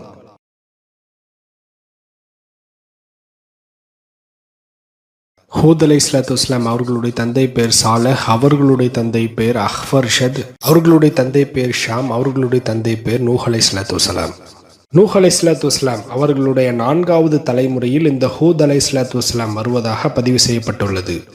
ஆகவே இந்த ஹூத் அலைஹிஸ்ஸலாத்து வஸ்ஸலாம் ஷாமுடைய வம்சாவளியிலிருந்து வந்தவர்கள். இதில் எந்தவித முரண்பாடுகளும் இல்லை. அல்லாஹ் தஆலா குர்ஆனிலே குறிப்பிடுகிறான், வைலா ஆதின் அஹாஹும் ஹூதா, ஆது கூட்டத்தினரிடையே நாம் சகோதரர் ஹூதை அனுப்பினோம். அந்த சமுதாயத்தின் பெயர் ஆது. இந்த ஆது அப்படிங்கிற பெயர் எங்கிருந்து வந்ததுன்னு சொன்னா, ஆதி என்ற மனிதர் அந்த சமுதாயத்தில் வாழ்ந்தார். அந்த பெயரில் இருந்துதான் ஆது சமூகம் என்று பெயர் சூட்டப்பட்டுள்ளது. இந்த ஆது சமூகம் அரபு பேசக்கூடிய மக்களாக இருந்தார்கள். அந்த மக்கள் ஜிபாலுர் ரமல், அதாவது பெரிய பெரிய மலைக்குன்றுகளில் வாழக்கூடிய மக்களாக இருந்தார்கள். அந்த இடத்திலேயே இரம் என்று சொல்லக்கூடிய மாபெரும் தூண்கள், பில்லர்ஸை எழுப்பி அதிலிருந்து மாபெரும் கட்டிடங்களை எழுப்பி அதில் வாழ்ந்து வந்தார்கள் என்று செய்திகள் உள்ளது. அதை பற்றி அல்லாஹ் தஆலா குர்ஆனிலே குறிப்பிடுகிறான், அல்லதி லம் யுஹ்லகு மிஸ்லுஹா ஃபில் பிலாத், அதை போன்று ஒரு ஊரை நாம் இதுவரையில் படைக்கப்படவில்லைன்னு அல்லாஹ் தஆலா சொல்றான். அந்த அருட்கொடையின் காரணத்தினால் அங்கு வாழக்கூடிய மக்களுக்கு பெருமை ஏற்பட்டது.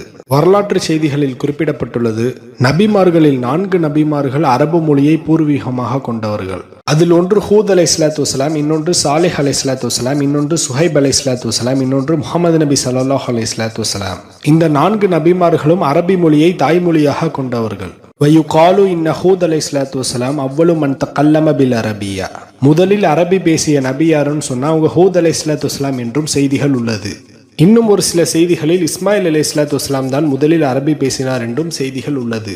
யார் முதலில் பேசினார் என்பதை பற்றி அல்லாஹ்வே அறிந்தவனாக இருக்கிறான். அரபு மொழி பேசியவர்கள் வகைகளில் 2 வகைகள் உள்ளது. அதில் ஒன்று அரபுல் ஆரிபா, இன்னொன்று அரபுல் முஸ்தக்ரிபா.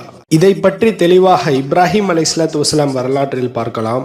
இப்ப இந்த ஹூத் அலைஹிஸ்ஸலாத்து வஸ்ஸலாம் ஷாம் இப்னு நூஹ் அலைஹிஸ்ஸலாத்து வஸ்ஸலாம் குடும்பத்தை சார்ந்தவர்கள். நாம் ஏற்கனவே சொல்லியிருந்தோம், இந்த ஹூத் அலைஹிஸ்ஸலாத்து வஸ்ஸலாம் காலத்தில் வாழ்ந்த ஆது சமூகம் அல்லாஹ் தாலாவையும் வணங்குவார்கள், சிலைகளையும் வணங்குவார்கள். ஆனால் இந்த ஹூத் அலைஹிஸ்ஸலாத்து வஸ்ஸலாம் வஹி வருவதற்கு முன்பு கூட ஒரு சிலைகளை கூட வணங்கவில்லை என்று செய்திகள் உள்ளது. சிறு வயதிலிருந்து ஹூத் அலைஹிஸ்ஸலாத்து வஸ்ஸலாம் அல்லாஹ் தாலாவை மட்டுமே வணங்கி கொண்டிருந்தார்கள். ஒரு நாள் அவர்களுடைய தாயார் ஹூத் அலைஹிஸ்ஸலாத்து வஸ்ஸலாமிடம் கேட்டார்கள், நீ ஏன் இந்த சிலைகளை வணங்கவில்லை என்று. அதற்கு ஹூத் அலைஹிஸ்ஸலாத்து வஸ்ஸலாம் பதிலளித்தார்கள், படைப்பாளனுக்கு செய்யக்கூடிய வணக்கத்தையும் மரியாதையும் எப்படி படைப்பினங்களுக்கு செய்ய முடியும் என்று கேட்டார்கள். அதற்கு அவர்களுடைய தாயார் தன் மகனை எந்த வகையிலும் நிர்பந்தப்படுத்தவில்லை என்று செய்திகள் உள்ளது. ஹூத் அலைஹிஸ்ஸலாத்து வஸ்ஸலாம் அவர்களுக்கு 40 வயது ஆன போது வஹி வந்தது என்று செய்திகள் உள்ளது.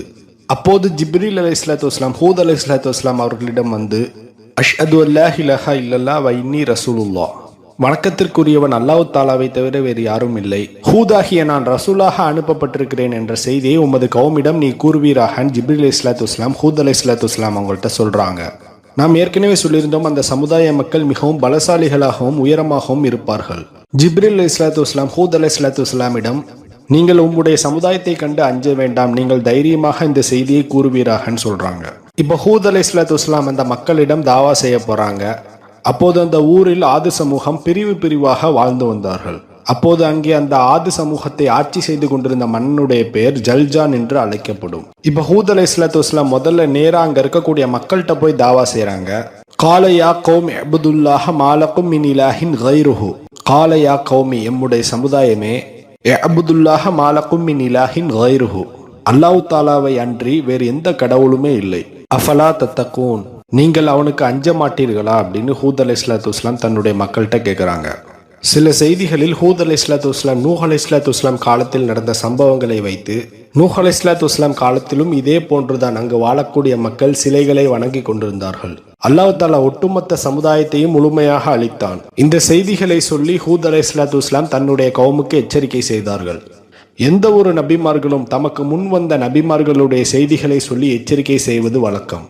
அதே போன்று ஹூத் அலைஹிஸ்ஸலாத்து வஸ்ஸலாம் அவர்களும் நூஹ் அலைஹிஸ்ஸலாத்து வஸ்ஸலாம் அவர்களுடைய செய்திகளை சொல்லி எச்சரிக்கை செய்தார்கள்.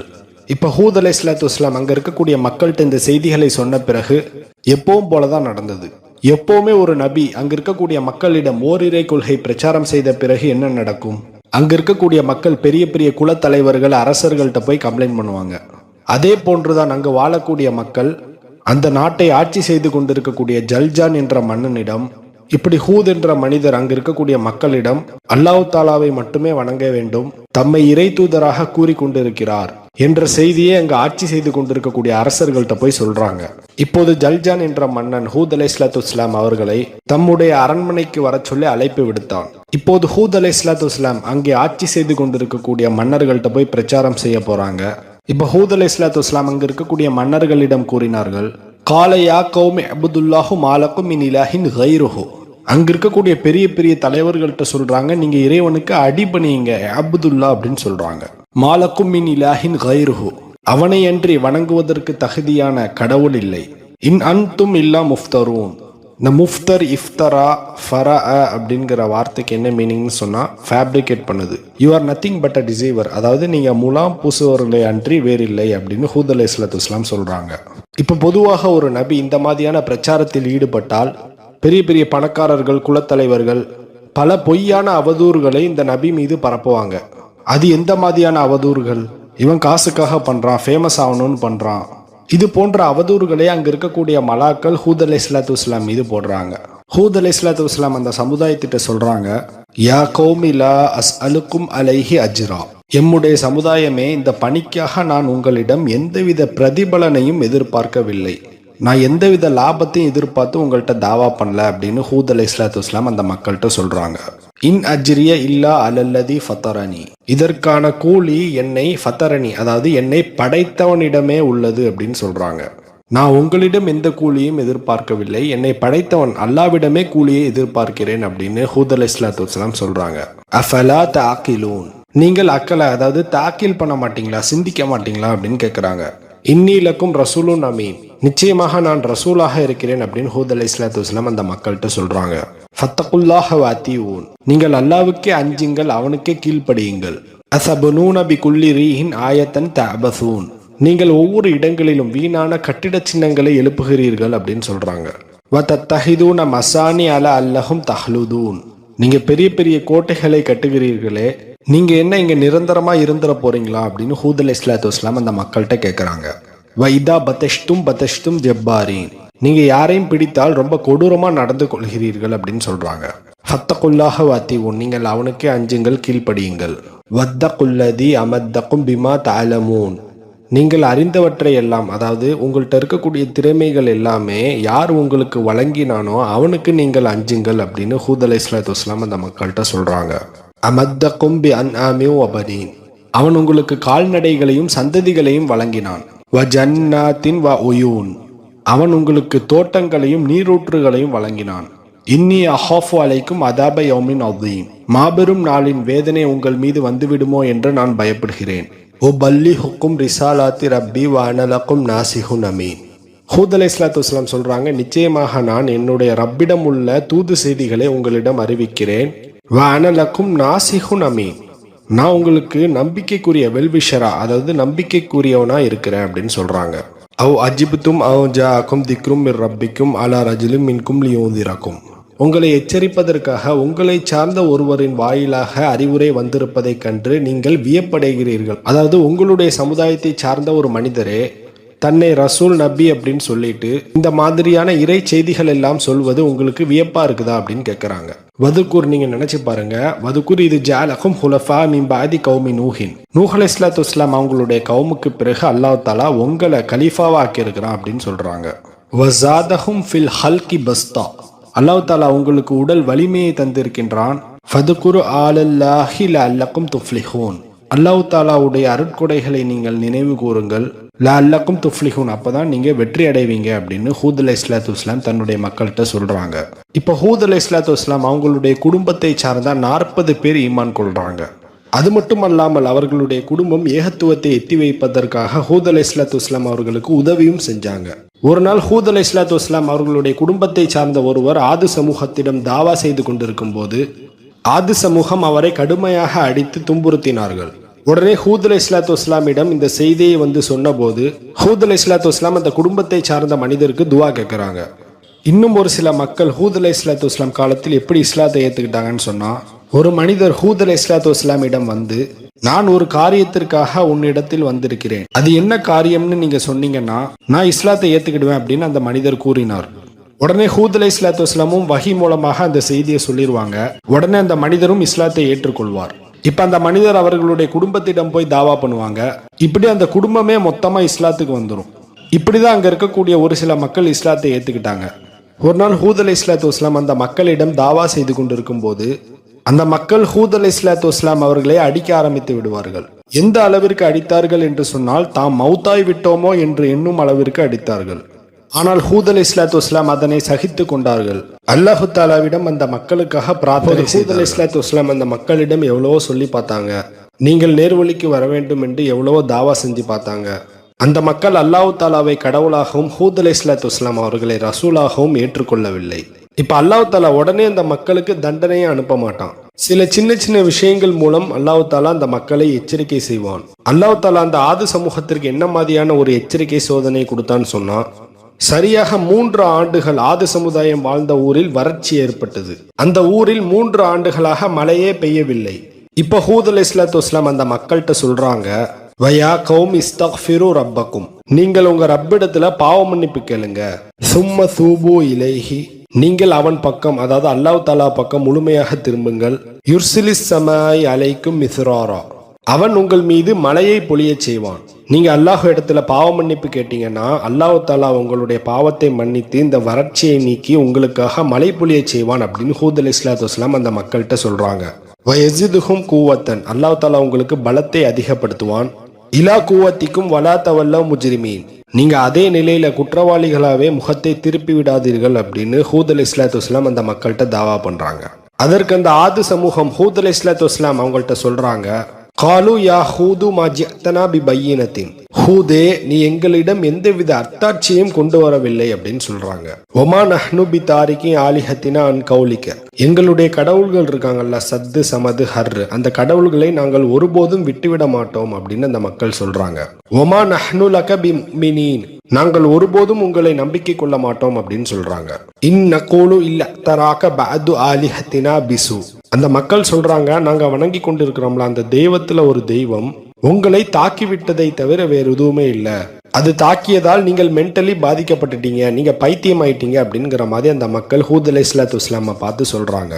அதற்கு ஹூத் அலைஹிஸ்ஸலாத்து வஸ்ஸலாம் அந்த மக்களிடம் கூறினார்கள், கால இன்னி உஷ்ஹிதுல்லாஹு அஷ்ஹது அன்னி பரீஉன் மிம்மா துஷ்ரிகூன், நீங்கள் அல்லாஹ்வுக்கு கொடுக்கக்கூடிய அந்த இறை அந்தஸ்து, அந்த கடவுள் அப்படின்னு சொல்லக்கூடிய அந்தஸ்தை நீங்க மற்றவைக்கு கொடுக்குறீங்க, நீங்க செய்றீங்களே அதற்கும் எனக்கும் எந்தவித சம்பந்தமும் இல்லை, நான் அல்லாஹ் தஆலாவை சாட்சி ஆக்குகிறேன், நீங்களும் சாட்சியாளராக இருங்கள் அப்படின்னு ஹூத் அலைஹிஸ்ஸலாத்து வஸ்ஸலாம் அந்த மக்கள்கிட்ட சொல்றாங்க. மியூதூனி ஃபகீதூனி ஜமியோ சும்மலா தூதிரூன், நூஹ் அலைஹிஸ்ஸலாத்து வஸ்ஸலாம் என்ன சொன்னாங்களோ அதே தான் ஹூத் அலைஹிஸ்ஸலாத்து வஸ்ஸலாம் அவர்களும் கூறினார்கள்.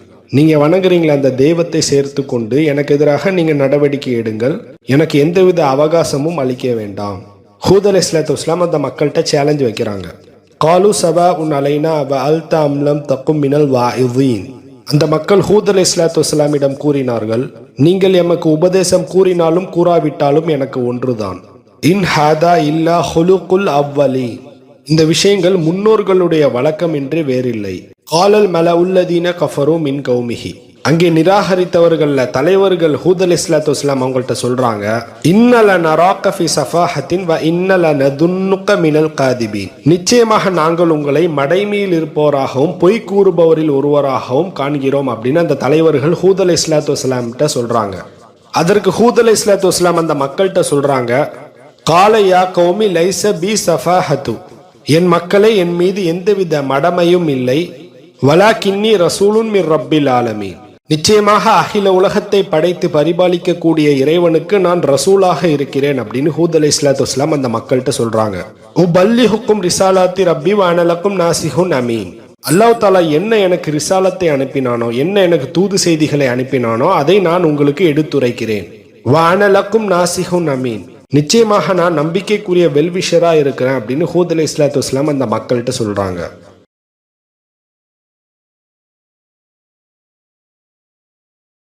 சூரா அல் முஃமினூன் 33வது வசனம். வகாலல் மலவு மின் கௌமிஹி அல்லதீன கஃபரு வகத்தபு பிலிகாயில் ஆஹிரத்தி.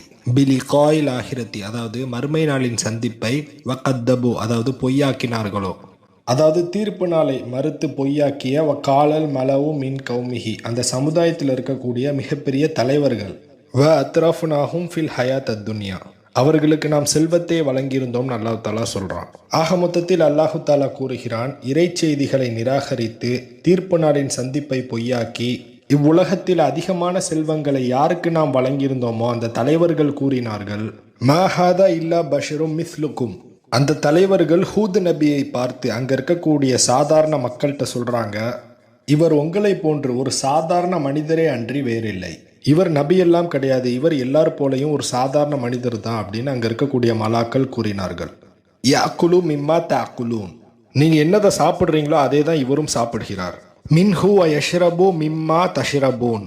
நீங்க என்ன குடிக்கிறீங்களோ அதே தான் இவரும் குடிக்கிறார். அந்த மலாக்கள் ஹூத் அலைஹிஸ்ஸலாத்து வஸ்ஸலாம் அவர்களை பற்றி அங்க இருக்கக்கூடிய சாதாரண மக்களிடம் கூறினார்கள், நீங்க எப்படி சாப்பிடுறீங்களோ, நீங்க எப்படி பருகிறீங்களோ அதே போன்றுதான் இந்த ஹூத் அலைஹிஸ்ஸலாத்து வஸ்ஸலாமும் உண்ணுகிறார், பருகுகிறார். இவர் எப்படி நபியா இருக்க முடியும், இவர் ஒரு சாதாரண மனிதர் தான் அப்படின்னு அங்க இருக்கக்கூடிய தலைவர்கள் கூறினார்கள். வல இன் அத்அதும் பஷரும் மிஸ்லுக்கும் வ இன்னகும் இதன் லஹாஷிரூன். அந்த தலைவர்கள் சொன்னாங்க, நீங்க உங்களை போன்ற ஒரு மனிதருக்கு நீங்க கட்டுப்பட்டீங்கன்னா நீங்க வழிகேட்டின் பக்கம் தான் செல்வீர்கள் அப்படின்னு அவங்க சொல்றாங்க. அயதுக்கும் அன்னக்கும் இதா மித்தும் வ கும்தும் துராபம் வ இதாமா அன்னக்கும் முஹ்ரஜூன். அந்த தலைவர்கள் அங்க இருக்கக்கூடிய சாதாரண மக்களிடம் கூறினார்கள், நீங்கள் இறந்து போன பிறகு மண்ணாகவும் எலும்பாகவும் ஆகிவிட்ட பிறகு அன்னக்கும் முஹ்ரஜூன் அதாவது ஹூத் அலைஹிஸ்ஸலாத்து வஸ்ஸலாம் நீங்கள் மீண்டும் எழுப்பப்படுவீர்கள் என்று உங்களுக்கு வாக்குறுதி கொடுக்கிறார்களா அப்படின்னு அந்த தலைவர்கள் கேட்குறாங்க. ஹை ஹாத்த லிமா து அதூன். ஹூத் அலைஹிஸ்ஸலாத்து வஸ்ஸலாம் வாக்களித்தது வெகு தூரமே என்று கூறினார்கள். இன்ஹியா இல்லா ஹயாத் அத்துன்யா நமூசு வ நஹ்யா வமா நஹ்னு பிமபூஸீன். அந்த தலைவர்கள் கூறினார்கள், இந்த உலக வாழ்க்கையை தவிர வேற எந்த வாழ்க்கையுமே இல்லை, மரணிக்கப்படுவதும் உயிர் வாழ்வதும் இங்குதான், நாம் ஒருபோதும் எழுப்பப்பட மாட்டோம் என்று கூறினார்கள். இன்ஹுவ இல்லா ரஜுலுன் இஃப்தரா அலல்லாஹி கதிபா வமா நஹ்னு லஹு பிமுமினீன். அந்த மலாக்கள் தலைவர்கள் கூறினார்கள், இந்த மனிதர் அதாவது ஹூத் அலைஹிஸ்ஸலாத்து வஸ்ஸலாம் அல்லாவின் பெயர்ல ஃபராத்து செய்து கொண்டிருக்கிறார், அதாவது ஃபேப்ரிகேட் பண்ணிட்டு இட்டு கட்டி கொண்டு இருக்கிறார் என்று அங்க இருக்கக்கூடிய தலைவர்கள் கூறினார்கள்.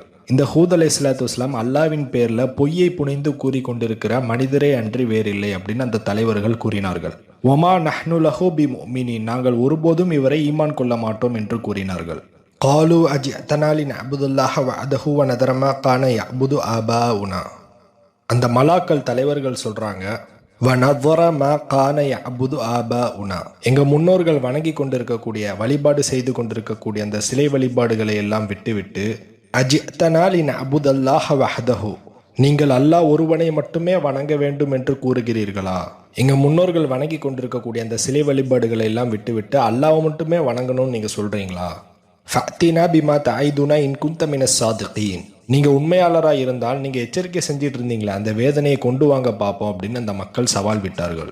இப்போது ஹூத் அலைஹிஸ்ஸலாத்து வஸ்ஸலாம் அங்கே இருக்கக்கூடிய தலைவர்கள்ட்ட சொல்கிறாங்க, காலகது வகா அலைக்கும் மிர் ரப்பிக்கும் ரிஜிசும் வகதாப். அல்லாஹு தாலாவுடைய வேதனையும் கோபமும் உங்கள் மீது விதிக்கப்பட்டு விட்டது. அத்து ஜாதிலுனனி ஃபி அஸ்மாஇன் சம்மைத்து முஹா வன்தும் வாபாவுக்கும். நீங்களும் உங்களுடைய முன்னோர்களும் ஏற்படுத்தி கொண்ட அந்த பெயர்களை வைத்து, அதாவது அவங்க வணங்கக்கூடிய சிலைகளுக்கெல்லாம் உங்களுடைய முன்னோர்கள் தான் பெயர் வச்சாங்க, அந்த பெயர்களை வைத்து நீங்கள் என்னிடம் ஜாதலோ அதாவது விவாதம் செய்றீங்களா அப்படின்னு கேட்குறாங்க. மா நஸ்ஸல் அல்லாஹு பிஹா சுல்தானின், அல்லாஹு தாலா அவற்றுக்கு எந்தவித ஆதாரமும் இறக்கி வைக்கவில்லை. அவங்களுடைய முன்னோர்கள் வணங்கினாங்களே அந்த சிலைக்கு எந்தவித ஆதாரமும் அல்லாஹு தாலா இறக்கி வைக்கவில்லை அப்படின்னு ஹூத் அலைஹிஸ்ஸலாத்து வஸ்ஸலாம் சொல்றாங்க. ஃபௌதசிரு அன்னி மஅக்கும் மினல் முதசிரீன், நீங்களும் எதிர்பாருங்கள் நானும் உங்களுடன் எதிர்பார்க்கிறேன், அந்த வேதனைக்காக நீங்களும் எதிர்பாருங்கள் நானும் உங்களுடன் எதிர்பார்த்து கொண்டிருக்கிறேன் அப்படின்னு ஹூத் அலைஹிஸ்ஸலாத்து வஸ்ஸலாம் சொல்றாங்க.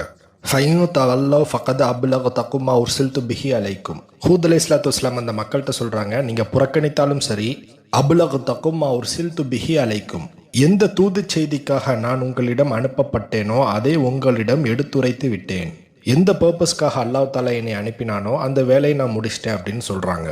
வயஸ்தகலிஃபு ரப்பி கௌமன் கைரக்கும், இதற்கடுத்து அல்லாஹு தாலா நீங்கள் அல்லாத வேறொரு புது சமுதாயத்தை அல்லாஹு தாலா கொண்டு வருவான். வலா ததுர்ரூனஹு ஷைஆ, நீங்கள் யாதொரு தீங்கும் அவனுக்கு இழைத்திட முடியாது, அல்லாஹு தாலாக்கு நீங்க என்ன தீங்குமே இழைத்து விட முடியாது. இன்ன ரப்பி அலா குல்லி ஷைஇன் ஹஃபீஸ், உறுதியாக அல்லாஹு தாலா எல்லா பொருளின் மீதும் ஹஃபீஸாக அதாவது பாதுகாவலனாக இருக்கிறான். இப்போது அல்லாஹு தாலா அந்த ஊரில் கிட்டத்தட்ட 3 வருடங்கள் மழையை நிறுத்தி பஞ்சத்தை ஏற்படுத்தினான். ஹூத் அலைஹிஸ்ஸலாத்து வஸ்ஸலாமோ அந்த மக்களை அல்லாஹ்விடம் மன்னிப்பு கேட்க சொல்லி ஏவினார்கள். ஆனால் அந்த மக்கள் தாம் செய்ததுதான் சரி, நாம் எதற்கு அல்லாஹ்விடம் மன்னிப்பு கேட்க வேண்டும் என்று கூறினார்கள். நாம் ஏற்கனவே சொல்லியிருந்தோம், இந்த ஆது சமூகம் அல்லாஹு தாலாவையும் வணங்குவார்கள், சிலைகளையும் வணங்குவார்கள். இங்கு ஒரு சிறிய தகவலை நான் கூறிக்கொள்கிறேன். காபத்துல்லாவை மஸ்ஜிதாக எழுப்பியது இப்ராஹிம் அலைஹிஸ்ஸலாத்து வஸ்ஸலாம், இதில் எந்தவித மாற்று கருத்தும் இல்லை. ஆனால் முதலில் காபத்துல்லாவை அடையாளமிட்டு அல்லாஹ் தாலாவுக்கு சஜிதா செய்தது ஆதம் அலைஹிஸ்ஸலாத்து வஸ்ஸலாம். இதற்கு எடுத்துக்காட்டாக நிஹாயத் அல் மத்லப் என்றும் வரலாற்று நூலில் ஆதம் அலைஹிஸ்ஸலாத்து வஸ்ஸலாம் துவங்கி முஹம்மது நபி ஸல்லல்லாஹு அலைஹிஸ்ஸலாத்து வஸ்ஸலாம் வரை அனைத்து நபிமார்களும் ஹஜ்ஜி செய்தார்கள் என்று செய்திகள் உள்ளது. அது மட்டுமல்லாமல் அல் பிதாயா வன் நிஹாயா போன்ற வரலாற்று நூலில் ஆதம் அலைஹிஸ்ஸலாத்து வஸ்ஸலாம் முதலில் ஹஜ்ஜி செய்தார்கள் என்று செய்திகள் உள்ளது.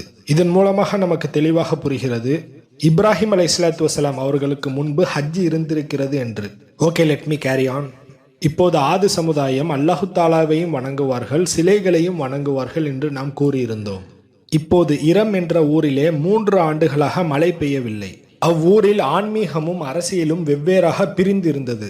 அவ்வூரில் இருக்கக்கூடிய ஒரு சில ஆன்மீகவாதிகள் அங்கே 3 ஆண்டுகளாக மழை பெய்யாத காரணத்தினால் காபத்துல்லாவிற்கு சென்று இறைவனிடம் பிரார்த்தனை செய்ய முடிவு செய்தார்கள். இப்போது கைல் இப்னு இஸ்ருடைய தலைமையில் 70 பேர் காபத்துல்லாவுக்கு செல்கிறார்கள். இப்போது நீண்ட தூரம் 70 பேர் பயணித்து கொண்டிருக்கையில் மெக்காவிற்கு பக்கத்தில் இருக்கக்கூடிய நட்பு நாடான அமேலிக்கா என்ற ஊரில் ஓய்வு பெறுவதற்காக அங்கே செல்கிறார்கள். இந்த அமாலிகா கோத்திரம் ஷாமுடைய வம்சாவளியிலிருந்து வந்தவர்கள். அக்குலத்தின் தலைவராகவும் அவ்வூரின் அரசராகவும் முஆவியத் இப்னு பக்கர் என்ற மனிதர் இருந்தார். அந்த இரம் என்ற நாட்டிற்கு கீழ்தான் அந்த ஊரும் இருந்தது. இப்போது இரம் என்ற ஊரில் இருந்து அந்த மக்கள் வந்ததன் காரணத்தினால் அந்த அமாலிகா குலத்துடைய தலைவர் முஆவியத் இப்னு பக்கர் நல்ல முறையில் அவர்களை உபசரிக்கிறார். இப்போது இரம் நாட்டைச் சேர்ந்த 70 பேரும் அங்கே ஓய்வெடுத்து கொண்டிருந்தார்கள். காலம் செல்ல செல்ல தாம் என்ன நோக்கத்திற்காக வந்தார்களோ அந்த நோக்கத்தை மறந்துவிட்டு அங்கே தங்க ஆரம்பித்து விட்டார்கள். இப்போது முஆவியத் இப்னு பக்கர் இவர்களை ஞாபகப்படுத்தும் விதமாக தன்னுடைய அடிமை பெண்களை வைத்து பாட்டு பாட வைக்கிறார். அந்த பாட்டில் இருக்கக்கூடிய வார்த்தைகளில் நீங்கள் என்ன நோக்கத்திற்காக வந்தீர்களோ அந்த நோக்கத்தை மறந்து விட்டீர்களே என்ற வரிகள் அங்கே வருகிறது. அந்த பாட்டு வரிகளை கேட்டவுடன் தான் இந்த மக்களுக்கு புலப்படுகிறது நாம் காபத்துல்லாவிற்கு சென்று மழை வேண்டி பிரார்த்தனை செய்ய வேண்டும் என்று. அந்த முஆவியத் இப்னு பக்கர் இந்த மக்களிடம் நேரடியாக கூறினால் பகை ஏற்பட்டு விடுமோ என்று தன் அடிமை பெண்களை வைத்து பாட்டின் மூலமாக அவர்களுக்கு புரிய வைக்கிறார்.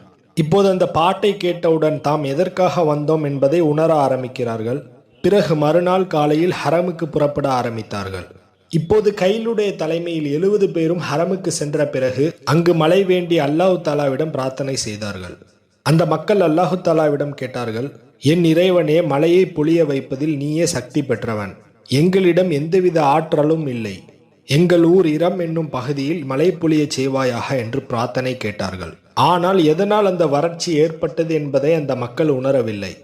அந்த மக்கள் ஒருபோதும் புரிந்து கொள்ளவில்லை ஹூத் அலைஹிஸ்ஸலாத்து வஸ்ஸலாம் அவர்களை ஈமான் கொள்ளாததன் காரணத்தினால்தான் இந்த வறட்சி ஏற்பட்டது என்பதை. இப்போது அவர்களுடைய வேண்டுதலுக்கு தகுந்தவாறு அங்கே 3 மேகங்கள் தோன்றுகிறது. அந்த 3 மேகங்களில் ஒன்று பைதா, இன்னொன்று ஹம்ரா, இன்னொன்று சௌவா. ஒன்று வெண்மை மேகம், இன்னொன்று சிகப்பு மேகம், இன்னொன்று கருப்பு மேகம். இந்த 3 மேகங்களையும் அல்லாஹு தாலா கொண்டு வந்து நிறுத்தினான். இப்போது வானத்திலிருந்து ஒரு சத்தம் வந்தது. அந்த சப்தம் என்னவென்றால், உன்னுடைய பிரார்த்தனைக்கு இணங்க 3 மேகங்களை நாங்கள் கொண்டு வந்து நிறுத்தியிருக்கிறோம். இதில் நீங்கள் எதை விரும்புகிறீர்களோ அதை தேர்ந்தெடுங்கள் என்று சப்தம் கேட்டது. இப்போது அங்கு உள்ள 70 பேரும் மஷோரா செய்து கருமேகத்தை தேர்ந்தெடுத்தார்கள். இப்போது வானத்திலிருந்து மீண்டும் சத்தம் ஏற்பட்டது. நீங்கள் என்ன மேகத்தை தேர்ந்தெடுத்தீர்கள் என்று தெரியுமா? உங்கள் ஊர் முழுவதையுமே சாம்பலாக்கக்கூடிய மேகத்தை நீங்கள் தேர்ந்தெடுத்தீர்கள் என்று சத்தம் கேட்டது. ஆனால் அந்த சப்தத்தை கேட்டாலும் அந்த மக்கள் அதை பெரிதாக எடுத்துக்கொள்ளவில்லை. பிறகு இந்த 70 பேரும் அந்த ஊருக்கு சென்றுவிட்ட பிறகுதான் வேதனை இறங்கியது என்று செய்திகள் உள்ளது. அது மட்டுமல்லாமல் அந்த ஆது சமூகத்தில் லௌதியத்துல் ஹமல் என்று சொல்லக்கூடிய ஒரு கூட்டம் பாதுகாக்கப்பட்டது என்று செய்திகள் உள்ளது. அந்த கூட்டம் ஹரம் ஷரீஃபில் இருந்ததன் காரணத்தினால் அந்த கூட்டம் அழிக்கப்படவில்லை என்றும் செய்திகள் உள்ளது. இன்ஷா அல்லாஹ் அடுத்த பதிவில் அந்த ஊர் எவ்வாறு அழிக்கப்பட்டது என்பதை பற்றி பார்க்கலாம்.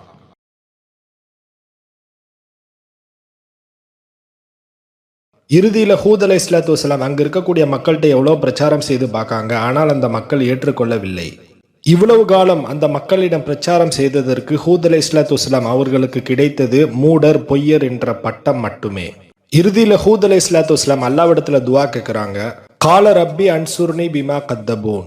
யா ரப்பே, இந்த மக்கள் என்னை பொய்யர்கள் என்று கூறிவிட்டார்கள், நீ எனக்கு உதவுவாயாக என்று ஹூத் அலைஹிஸ்ஸலாத்து வஸ்ஸலாம் அல்லாஹ்விடத்துல பிரார்த்தனை செய்கிறாங்க. அதற்கு அல்லாஹு தாலா ஹூத் அலைஹிஸ்ஸலாத்து வஸ்ஸலாம் அவர்களுக்கு பதில் அளித்தான். கால அம்மா கலீலின் லி யுஸ்பிஹன் நாதிமீன். இவர்கள் கை செய்தப்படும் நாள் விரைவில் வரப்போகிறது என்று கூறினான். ஃபலம்மா ரஹௌஹு ஆரிதன் முஸ்தக்பல ஔதியதிஹிம் காலு ஹாதா ஆரிதுன் மும்திருனா. அடர்ந்த கார்மேகங்கள் அவர்களுடைய பள்ளத்தாக்கை நோக்கி வருவதை அவர்கள் பார்த்தபோது காலு ஹாதா ஆரிதுன் மும்திருனா, இது மழை பொழிவிக்கும் கார்மேகமாகும் அப்படின்னு அந்த ஆது சமூகம் சொன்னார்கள். அந்த நேரத்தில் ஹூத் அலைஹிஸ்ஸலாத்து வஸ்ஸலாமும் அந்த மக்களோடு தான் இருந்தார்கள். அப்போது கூட ஹூத் அலைஹிஸ்ஸலாத்து வஸ்ஸலாம் ஆது சமூகத்திட்ட எச்சரிக்கை செஞ்சாங்க, இந்த மேகம் உங்களுக்கு ஒரு கடும் அதாபை கொண்டு வரப் போகிறது என்று. இப்போதாவது அல்லாஹு தாலாவை மட்டுமே கடவுளாகவும் என்னை ரசூலாகவும் ஏற்றுக்கொள்ளுங்கள். நான் அல்லாஹு தாலாவிடம் இதிலிருந்து பாதுகாப்பு கேட்டு மன்றாடி கொள்கிறேன் என்று கூறினார்கள். அப்போது ஆது சமூகம் ஹூத் அலைஹிஸ்ஸலாத்து வஸ்ஸலாமிற்கு செவிசாய்க்கவில்லை. இந்த மேகம் அதாபு கொடுக்கிற மேகம் கிடையாது, இது மழை பொழிவிக்கும் மேகம் என்று கூறினார்கள். பல்ஹுவமா அஸ்தஜல்தும் பிஹி ரீஹுன் ஃபீஹா அதாபுன் அலீம். அந்த மக்கள் எதற்காக அவசரப்பட்டு கொண்டிருந்தார்களோ இது ஒரு துன்பத்தை கொடுக்கும் புயல் காற்று என்று அல்லாஹு தாலா கூறினான். இப்ப அல்லாஹு தாலா ஹூத் அலைஹிஸ்ஸலாத்து வஸ்ஸலாம் அவங்களுக்கு கட்டளையிட்டு விட்டான், நீங்களும் உங்களை ஏற்றுக்கொண்ட முஃமின்களும் ஈமான் கொண்டவர்களும் இந்த இடத்தை விட்டு வெளியேறி விடுங்கள் என்று அல்லாஹு தாலா கட்டளையிட்டான். இப்போ ஹூத் அலைஹிஸ்ஸலாத்து வஸ்ஸலாம் அவர்களை ஈமான் கொண்ட மக்கள் புறப்பட ஆரம்பிக்கிறாங்க. அவங்க பக்கம் குளிர்மையான காத்து அடிக்குது. ஃபலம்மா ஜாஅ அம்ருனா நஜ்ஜைனா ஹூதன் வல்லதீன ஆமனு மஅஹு பிரஹ்மத்தினா மின்னா வ நஜ்ஜைனாகும் மின்னா அதாபுன் கதீத். ஃபலம்மா ஜாஅ அம்ருனா, அதாவது ஹூத் அலைஹிஸ்ஸலாத்து வஸ்ஸலாம் அவர்களுக்கு கட்டளை வந்தபோது அல்லாஹு தாலாவிடமிருந்து அவர்களுக்கு வஹி வந்தது. நஜ்ஜைனா ஹூதன் வல்லதீன ஆமனு, ஹூத் அலைஹிஸ்ஸலாத்து வஸ்ஸலாம் அவர்களையும் வல்லதீன ஆமனு அவர்களை ஈமான் கொண்டவர்களையும் நஜ்ஜைனா பாதுகாத்தோம் அப்படின்னு அல்லாஹு தாலா சொல்றான். மஅஹு பி ரஹ்மத்தினா, அதாவது அல்லாஹு தாலாவுடைய அந்த அருளால், வ நஜ்ஜைனாஹு மின் அதாபின் அலீம், அல்லாஹு தாலாவுடைய அருளால் கடும் வேதனையிலிருந்து அல்லாஹு தாலா அவர்களை காப்பாற்றினான் என்று அல்லாஹு தாலா சொல்றான். வ தில்க ஆத், இவர்கள் தான் ஆது சமூகம். ஜஹது பி ஆயாத்தி ரப்பிஹிம், அல்லாஹு தாலாவுடைய சான்றுகளை இவர்கள் ஜஹது மறுத்தார்கள். வஅஸவ் ருசூலஹு, இந்த இடத்தில் அல்லாஹு தாலா ருசூல் அப்படிங்கிற வார்த்தையை யூஸ் பண்றான். தூதர்கள் அப்படின்னு வந்திருக்கு. ஹூத் அலைஹிஸ்ஸலாத்து வஸ்ஸலாம் மட்டும்தானே அந்த சமுதாயத்துக்கு பிரச்சாரம் பண்ணாங்க. எப்படி அல்லாஹு தாலா ருசூல் அப்படிங்கிற வார்த்தை யூஸ் பண்றான், தூதர்கள் அப்படிங்கிற வார்த்தை யூஸ் பண்றான் அப்படிங்கிற கேள்வி வரும். இதற்கு 2 கருத்துக்கள் உள்ளது. ஒன்று, அந்த சமுதாயத்துக்கு ஆது நபி மட்டுமே அனுப்பப்படவில்லை, நிறைய ரசூல்மார்கள் அனுப்பப்பட்டிருக்கிறார்கள், இது ஒரு கருத்து. இன்னொரு கருத்து, ஹூத் அலைஹிஸ்ஸலாத்து வஸ்ஸலாம் அவர்களுடைய குடும்பத்தை சார்ந்தவர்கள் அந்த மக்கள்கிட்ட தாவா பண்ணாங்கன்னு நம்ம சொல்லியிருந்தோம். ரசூலுல்லா அப்படின்னு சொன்னா அல்லாஹு தாலாவுடைய ரசூல். ரசூலுன் நபி அப்படின்னு நம்ம சொன்னா நபிமார்கள் அவங்க ரசூலை அனுப்பி வைப்பாங்க. இதற்கு எடுத்துக்காட்டாக கூறுவதாக இருந்தால் முஹம்மது நபி ஸல்லல்லாஹு அலைஹி வஸல்லம் அவர்கள் மதீனாவிற்கு ஹிஜ்ரத் செய்வதற்கு முன் முஸப் பின் உமைர் ரலியல்லாஹு அன்ஹு அவர்களையும் உம்மி மக்தூம் ரலியல்லாஹு அன்ஹா அவர்களையும் மதீனாவிற்கு அனுப்பி வைப்பார்கள். எதற்கு? அங்கு இருக்கக்கூடிய மக்களுக்கு இஸ்லாத்தை போதிப்பதற்காக. இவர்களை ரசூலுன் நபி என்று நாம் அழைக்கலாம், அதாவது நபியால் அனுப்பி வைக்கப்பட்ட தூதர்கள். அதே போன்று ஹூத் அலைஹிஸ்ஸலாத்து வஸ்ஸலாம் அவர்களும் அவங்களுடைய குடும்பத்தை சார்ந்த மக்களை தாவா செய்வதற்கு அனுப்பி வைப்பார்கள். மேபி இதற்காக கூட அல்லாஹு தாலா ருசூல் அப்படிங்கிற வார்த்தையை யூஸ் பண்ணியிருக்கலாம். அல்லாஹு ஆலம், நிச்சயமாக அல்லாஹு தாலாவே எல்லாவற்றையும் அறிந்தவனாக இருக்கிறான். வத்தபஉ அம்ரகுல்ல ஜப்பாரின் அனீத், அந்த கொடுங்கோலர்கள் சத்தியத்திற்கு எதிரான கட்டளைகளை பின்பற்றி கொண்டிருந்தார்கள் என்று அல்லாஹு தாலா கூறுகிறான். இப்ப ஆது சமூகம் மலைக்காக காத்து கொண்டிருந்தார்கள். அந்த இடத்தில் அதிகமான புயல் காற்று அடிப்பதை அவர்கள் பார்த்ததும் அங்கு இருக்கக்கூடிய மிகப்பெரிய கோட்டைகள்ல போய் அவங்க ஒளிந்து கொள்ள ஆரம்பிக்கிறார்கள். ஒஃபி ஆதின் இது அர்சல்னா அஹிஹிமுல் ரீஹல் அகீம், இந்த ஆது சமுதாயத்தின் மீது நாம் ரீஹல் அகீம் என்ற காற்றை அனுப்பினோம். அதற்கு என்ன மீனிங்னு சொன்னா மலட்டு காற்று என்ற அர்த்தம். அதுல என்னவித பயனுமே இருக்காது. பொதுவாக காற்று அடிப்பதன் மூலம் அல்லாஹு தாலா என்னென்ன பயன்களை வைத்திருக்கிறான். அசுத்தமான காற்று அனைத்துமே சுத்தமாக மாறும். வெஜிடேஷன், அதாவது மரம் செடி கொடிகள் அனைத்துக்குமே பயனுள்ளதாக இருக்கும். இதன் மூலமாக மனிதர்களுக்கும் பயனுள்ளதாக இருக்கும். சுற்றுச்சூழல் அனைத்தையுமே சுத்தப்படுத்தும். குறிப்பாக நோய் வராது. இவை அனைத்தும் நாம் அறிந்து கொண்டது. நாம் அறியாத நிறைய பயன்களை அல்லாஹு தாலா அந்த காற்றடிப்பதன் மூலமாக வைத்திருக்கிறான். ஆனால் அல்லாஹு தாலா ஆது சமுதாயத்தின் மீது அனுப்பி வைத்த காற்று மலட்டு காற்று என்று அல்லாஹு தாலா கூறுகிறான். அதில் எந்தவித பயன்களும் இருக்காது. அந்த காற்று அந்த மக்களுக்கு எதை ஏற்படுத்தியது என்று அல்லாஹு தாலா கூறுகிறான்.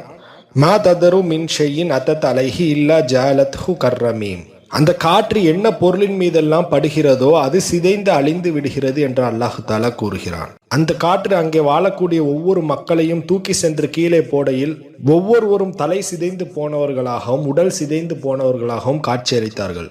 எங்களை போன்று பலம் மிக்கவர்கள் இந்த உலகத்தில் உண்டா என்று கேட்டவர்கள் அல்லாஹு தாலா அனுப்பிய காற்றை கூட இவர்களால் தாக்கு பிடிக்க முடியவில்லை. அதிகமான காற்றின் காரணத்தினால் அவர்கள் கட்டிய கோட்டைகள் அவர்கள் மீது சாய்ந்து விழுந்து அவர்கள் மரணித்தார்கள். இன்னா அர்சல்னா அலைக்கும் ரீஹன் சரசரன் ஃபி யௌமின் அஹ்சின் முஸ்தமிர், துர்பாக்கியத்திற்குரிய நாளில் நாம் அவர்கள் மீது புயல் காற்றை அனுப்பினோம் என்று அல்லாஹு தாலா கூறுகிறான். அந்த நாள் புதன்கிழமை என்று வரலாற்று நூட்களில் பதிவு செய்யப்பட்டுள்ளது. தன்சிரு நாசக அன்னஹும் அஜாசு நஹ்லின் முன் கயிர், அந்த புயல் காற்றின் மூலமாக அவங்க எப்படி ஆனாங்கன்னு சொன்னா வேறறுக்கப்பட்ட பேரிச்ச மரங்களை போன்று அவர்கள் ஆனார்கள் என்று அல்லாஹு தாலா கூறுகிறான். ஆது சமூகம் கடும் சூறாவளி காற்றால் அழிக்கப்பட்டார்கள். எத்தனை நாட்கள் இந்த வேதனை அவர்கள் மீது இறங்கியது என்பதை பற்றி அல்லாஹு தாலா குரானிலே குறிப்பிடுகிறான். சஹரனா அலைஹிம் வசப அலையாலியும் வசமானியத் அலைஹிம் ஹுசூமா, அல்லாஹு தாலா அந்த காற்றை 7 இரவுகள் 8 பகல்கள் தொடர்ந்து அந்த மக்கள் மீது ஏவி விட்டான். ஃபஹல் தராலஹும் மியும் பாக்கியத், அவர்களில் எஞ்சி இருந்தவர்கள் யார் என்று உனக்கு தெரிய வருகிறதா என்று அல்லாஹ் தஆலா கேட்கிறான். வரலாற்று நூட்களில் பதிவு செய்யப்பட்டுள்ளது, அந்த காற்று முதலில் கிராம பகுதிகளில் அடித்தது. அங்கு வாழக்கூடிய மக்களை அப்படியே அந்த காற்று தூக்கி கொண்டு போய் இரம் பகுதியில் வாழக்கூடிய மக்கள் மீது வீசியது. அந்த காற்றின் காரணத்தினால் ஒருவரோடு ஒருவர் மோதிக்கொண்டார்கள் என்று செய்திகள் உள்ளது. முகமது நபி ஸல்லல்லாஹு அலைஹி வஸல்லம் அவர்கள் சூரா அல் ஹூதை ஓதும் போது அவர்களுடைய முடி நிறைத்து விட்டது என்று கூறுவார்கள். அந்த அளவிற்கு அல்லாஹு தஆலா அந்த சமுதாயத்தை வேதனை செய்திருக்கிறான்.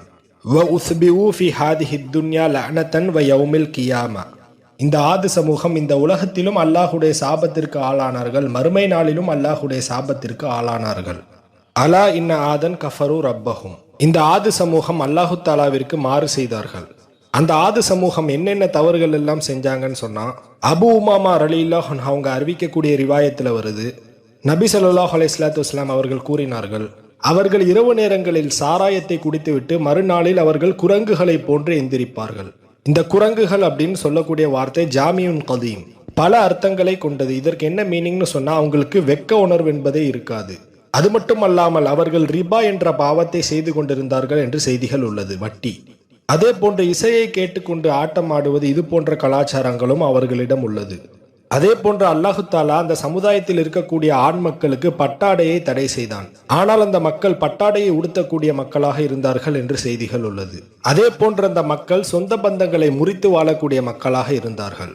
அலா புஅதின் லி ஆதின் கௌமி ஹூத், இவர்கள்தான் ஹூத் நபியுடைய ஆது சமூகம் என்று அல்லாஹு தாலா கூறுகிறான். எப்போதெல்லாம் காற்று அதிகமாக வீசுகிறதோ அப்போதெல்லாம் முகமது நபி ஸல்லல்லாஹு அலைஹி வஸல்லம் ஒரு துவாவை ஓதுவார்கள். அந்த துவா என்னவென்றால், அல்லாஹும்ம இன்னி அஸ்அலுக கைரஹா வ கைர மா ஃபீஹா வ கைர மா உர்சிலத் பிஹ் வ அஊது பிக பி ஷர்ரிஹா வ ஷர்ரி மா ஃபீஹா வ ஷர்ரி மா உர்சிலத் பிஹ். இந்த துவாவிற்கான அர்த்தம், இந்த காற்றில் இருக்கக்கூடிய ஹைர் நல்லதை நான் கேட்கிறேன், இந்த காற்றில் இருக்கக்கூடிய ஷர்ரு அதாவது தீமை அதிலிருந்து பாதுகாவல் தேடுகிறேன்.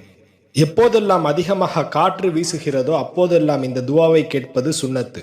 அதே போன்று எப்போதெல்லாம் அதிகமாக இடி முழக்கம் கேட்கிறதோ அப்போதெல்லாம் முகமது நபி ஸல்லல்லாஹு அலைஹி வஸல்லத்து வஸலாம் 2 ரக்காத் தொழுது அல்லாஹ்விடம் பாதுகாவல் கேட்பார்கள்.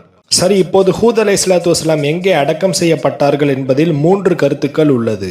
அதில் ஒரு கருத்து ஹதர் அல் மௌத் யமன் என்றும் பகுதியில் அடக்கம் செய்யப்பட்டார்கள் என்றும், இன்னொரு கருத்து டெமஸ்கஸ் என்ற பகுதியில் அடக்கம் செய்யப்பட்டார்கள் என்றும், இன்னொரு கருத்து நஜஃப் என்ற பகுதி ஈராக்கிலே இருக்கிறது, இந்த இடத்தில் அடக்கம் செய்யப்பட்டார்கள் என்றும் கருத்துக்கள் உள்ளது. சுப்ஹானக அல்லாஹும்ம வ பிஹம்திக அஷ்ஹது அன் லா இலாஹா இல்லா அன்த வஸ்தக்ஃபிருக வ அத்தூபு இலைஹி. அஸ்ஸலாமு அலைக்கும் வரஹ்மத்துல்லாஹி வ பரகாத்துஹு.